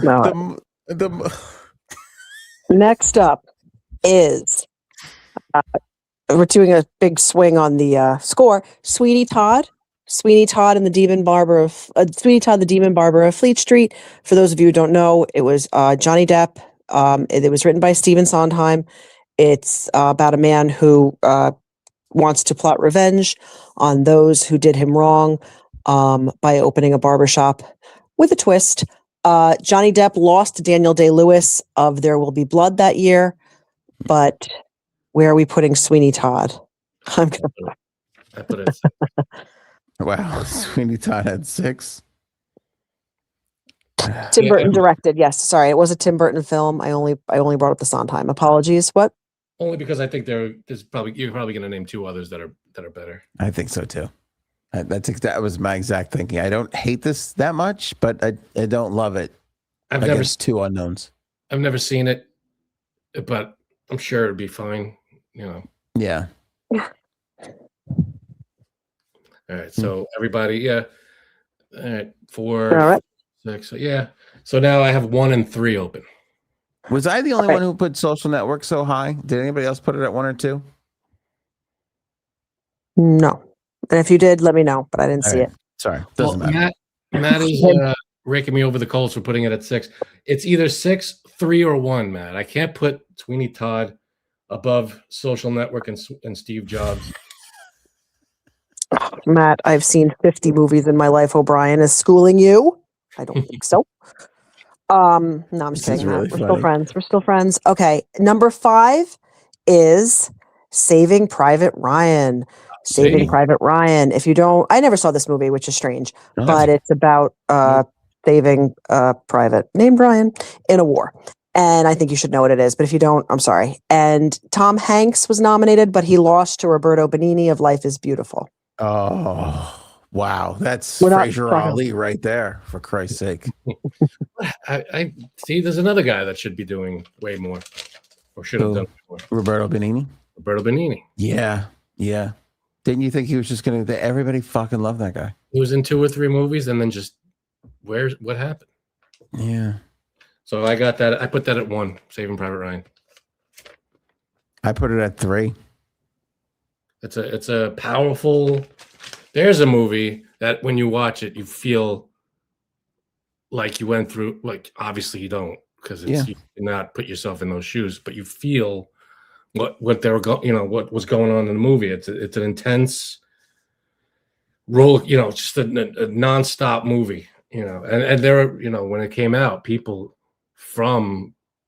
were people that couldn't watch it because they were from the war. They survived that stuff, and it was too real, Well, there were people that were throwing up in the theater in about the first 8 minutes. You've seen I it. probably would have. Yeah. It's insane.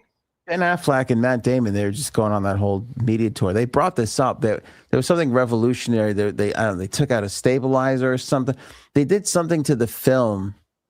It was the filming technique that Spielberg used in those first days. Like action films were always like a little bit more blurry for some reason. And they didn't do that. So you kind of like saw everything a bit more. It wasn't was a little clearer, and that a lot of action movies, especially like Marvel, when they do fight scenes, they get really close to the action and they do this a lot, and you can't figure out who's throwing what punch and who's hitting what. With this, they stood back, and it was just it felt like you were there. It was just a very in-your-face, intense moment. Mm-hmm. So what's left for everybody? I put it at 3. I have 4 open. I put it at 1. I have 3 open. Okay. The last one of this is Sling Blade. Sling Blade. Billy Bob Thornton, 1996. He plays a simple man hospitalized since his childhood, is released to start a new life in a small town. The line French fry potatoes kind of took off from this movie. He was nominated, Billy Bob Thornton, but he lost to Jeffrey Rush of Shine. I could live with this list. Come on and shine. Yeah. Sure. Bird loved it, and Mercury hated it. Mm. Oh. And Matt O'Brien never heard of it. I'm making them up. I'm not making them up, Matt. That's funny. I love this list, except for I have Steve Jobs over Saving Private Ryan, and that is incorrect. Yeah, I like my list, except I've never seen Sling Blade. I would probably move that down to 5 and move Social Network and Steve Jobs up 1. But other than that, this is okay. I have 3 more of these, but it's getting late, so you'll let me know how we're doing. Is that okay? I'm good for at least one more. I don't know how you're feeling. Oh, I feel great, but I just don't know about the Friday night of it all. Okay, next up is Best Actress. The letter is E. Best Actress, the letter is E. We're going to move a little quicker. Number 1 is Everything, Everywhere, All at Once. Michelle Yeoh, and she won. Or Yeoh, I think is how she says it. Michelle Yeoh, and she won. So she did not lose to anybody because she won. Where are we putting Everything, Everywhere, All at Once? I saw it twice. I thought that was a really good one. I like the movie because that was the kind of movie where you're just like, the fuck is going on? I like this. I just don't know. I don't know what's happening. I don't know why. No, it's one of those multiverse kind of things. I enjoyed it. I'll put that at 2. Yeah, I'm debating between 2 and 3 because it's early to put a deuce up there. It's early. I'm going to play a little defense here. I'm going to put it at 3. Matt O'Brien wrote another non-existent film by Aaron C. Best picture. Oh. I think it won Best Picture. I think that you're really going to like my next film, Nothing, Nowhere, at Never, Anytime. That one doesn't exist. Okay. Number 2 is Erin Brockovich. Julia Roberts won for this one as well. It's about a lawyer who fights for a small town who is being poisoned by a chemical company. Erin Brockovich, the 90s. Julia Roberts won. How are we feeling about that movie? I'm Huge sure it'll be flick. good. I never saw it. Really? Are you serious? I'm serious. Everybody, that was a huge, it became culture so fast. All right, get over it. I never saw it. Move on. I can't believe you. I mean, that's huge. Erin Brockovich is massive. Yeah, no, I agree. I just never got around to it. It was Julia Roberts' comeback, and she never fucking left. That's how fucking big that movie was. I believe you. I'm not denying the power of this movie. I just never sat down for an hour and a half or 2 hours and watched it. What to tell you?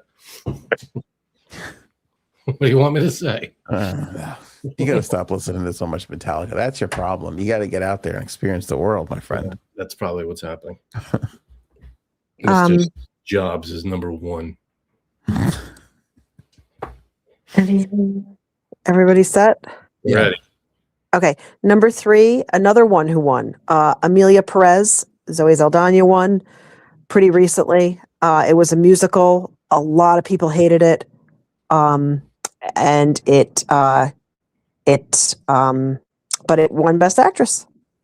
Okay. I'm going to put it at 6 because I hate it. Because I'm not crazy about musicals, and then when you said it was a musical that a lot of people hated, I'm like, well, then I hate it too. I'm hating on it. I never saw it, and yeah, if everybody hated it, Uncle B, you see it? Never saw it, never gonna see it. That's what I am saying. All right. The musical was they sang songs in Amelia Perez. Mercury and Uncle B, we finally found a movie he hasn't seen. What a night. You guys can tell your kids that you were here when you found that out. That's huge. Oh, okay. All right, number 4. Another one, I think, this one, she did not win. It was Eternal Sunshine of the Spotless Mind. Kate Winslet was nominated, but she lost to Hilary Swank of $1 Million Baby. Eternal Sunshine of the Spotless Mind starred Jim Carrey. It was a movie from 2004 about racing memories to help get through the present. Eternal Sunshine of the Spotless Mind. Yeah, I saw it. I wasn't a huge fan of it. Really? But, they erased all the movies from Matt's mind. He had this done. What were you saying? I put it at what did I put it? 3. So because it was okay. It wasn't my favorite. I put it at 4. That movie for me, so many people are like, what? You've never seen this? You got to see it. You would love it. And I'm like, I kind of fit this. So many people have told me that. I kind of feel like I'm going to love it. I just like, I can't wait to watch it, but I still haven't never seen it? Never it was unbelievable. How could you never see it? What's the matter with you? Frank, I'm going to feed you when this is over. You are very, very, very cranky. No, he's doing what You're I'm going doing. after your friend. I know what he's doing. Oh, okay. I just think you're being silly. All right, no, I'm just kidding, honey. Keep it going, baby. You're being perfect. Okay, so what we're gonna do, I'm just gonna let you guys know, is after this one, we are going to call it, if that's okay, and then tune in next week for Best Supporting Actor and Best Picture. Is that okay? Yeah, I love it. Okay, cool. So the penultimate is the movie Elizabeth, starring Cate Blanchett, about Queen Elizabeth I. She lost to Gwyneth Paltrow in Shakespeare in Love in a very controversial Oscar race win. So who wants to see a movie about Queen Elizabeth I, starring Cate Blanchett from I guess, 1998, I think. So I put that at, I had no choice. It was either 3 or 1, so I put it at 3. Yeah, not my first choice for a movie, but I would probably move it down if I could. But I can't put it at 1. So my next one is going to be number 1. Yep, I got it at 5 for the same reason. I can't put it at number 1. I'm worried. This is where we just primed ourselves to get earned. We never learn. No, never fucking learn. We're walking right into this trap. Cindy, who has horrible children? He has horrible children I want to hear about. Okay, and then the last one for this this conversation and also tonight is The English Patient. Kristen Scott Thomas lost to Frances McDormand of Fargo. A very polarizing movie. You love it, you hate it. It was in Seinfeld. The English Patient. Where are we putting it? There's only one place to put it. It's the only one left. I hated it. This movie sucked. Just die already. I guess I gotta put it at 1. Me too. Oh, you got earned. I've never seen it, to be fair, but everybody, including Elaine, hates it. Even Wow, Mercury. No, Mercury caps locked it. I hated that movie. Hate it. That's big. Mercury never caps locks. I know. Not only did Matt O'Brien see it, but he also said it's a shit movie. Neil Taylor never seen it either. Yeah, I never saw it either, but from what I understand, it's long and boring. How could we see it now as Seinfeld fans? You can't. Who's going to want to go, yeah, let me go sit through that. I'd rather see Rochelle. Journey from Milan to Minsk. So funny. Guys, tune in next week for the conclusion of this game. Thanks to everybody for playing. Thanks for letting me be part of it. Watch the Oscars if you want to. Bye. Sunday night. Yeah. You guys watching? Hell yeah. You got the Oval. There you go. Pick up Oval today, folks. Written by Erin C. herself. There it is. Anthony's holding up his copy. Link in the description below. You can buy it on Amazon. Copy just like Anthony has, or you could download a digital copy. Both options available in the link below. Oval, a novel written by Erin C. Wonderful book. Highly recommend it. Great job, Erin. I like a digital copy. You know why? There we go. It's everywhere you want it to be. They can never take it away from you. That's true. Thought police win. They take over. They come into the house. They see thought-provoking books like this. You know what they do? Burn it. Now you got nothing left. But if it's on your Kindle, if it's backed up on your Kindle, they can't burn your Kindle. You know what I'm saying? They could burn your Kindle. I guess they could erase it, but I think it's in the cloud. Well, yeah, you got a new Kindle. You sign up. You sign into your account, and boom, there it is. Pops in from the cloud. I'm assuming that's how it works. I'm not really sure. They're the ones putting it in the cloud. Right. Anybody figured out the cloud? What cloud is it? Where is this cloud? And how do people keep saving shit to it?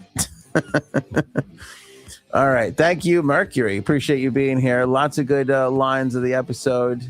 Of course, if I had to really pick one winner, I think we're all thinking the same thing. Frankly, the winner is... Show me potato salad. Oh, all right. Well, maybe we should go now. Next time. Go ahead.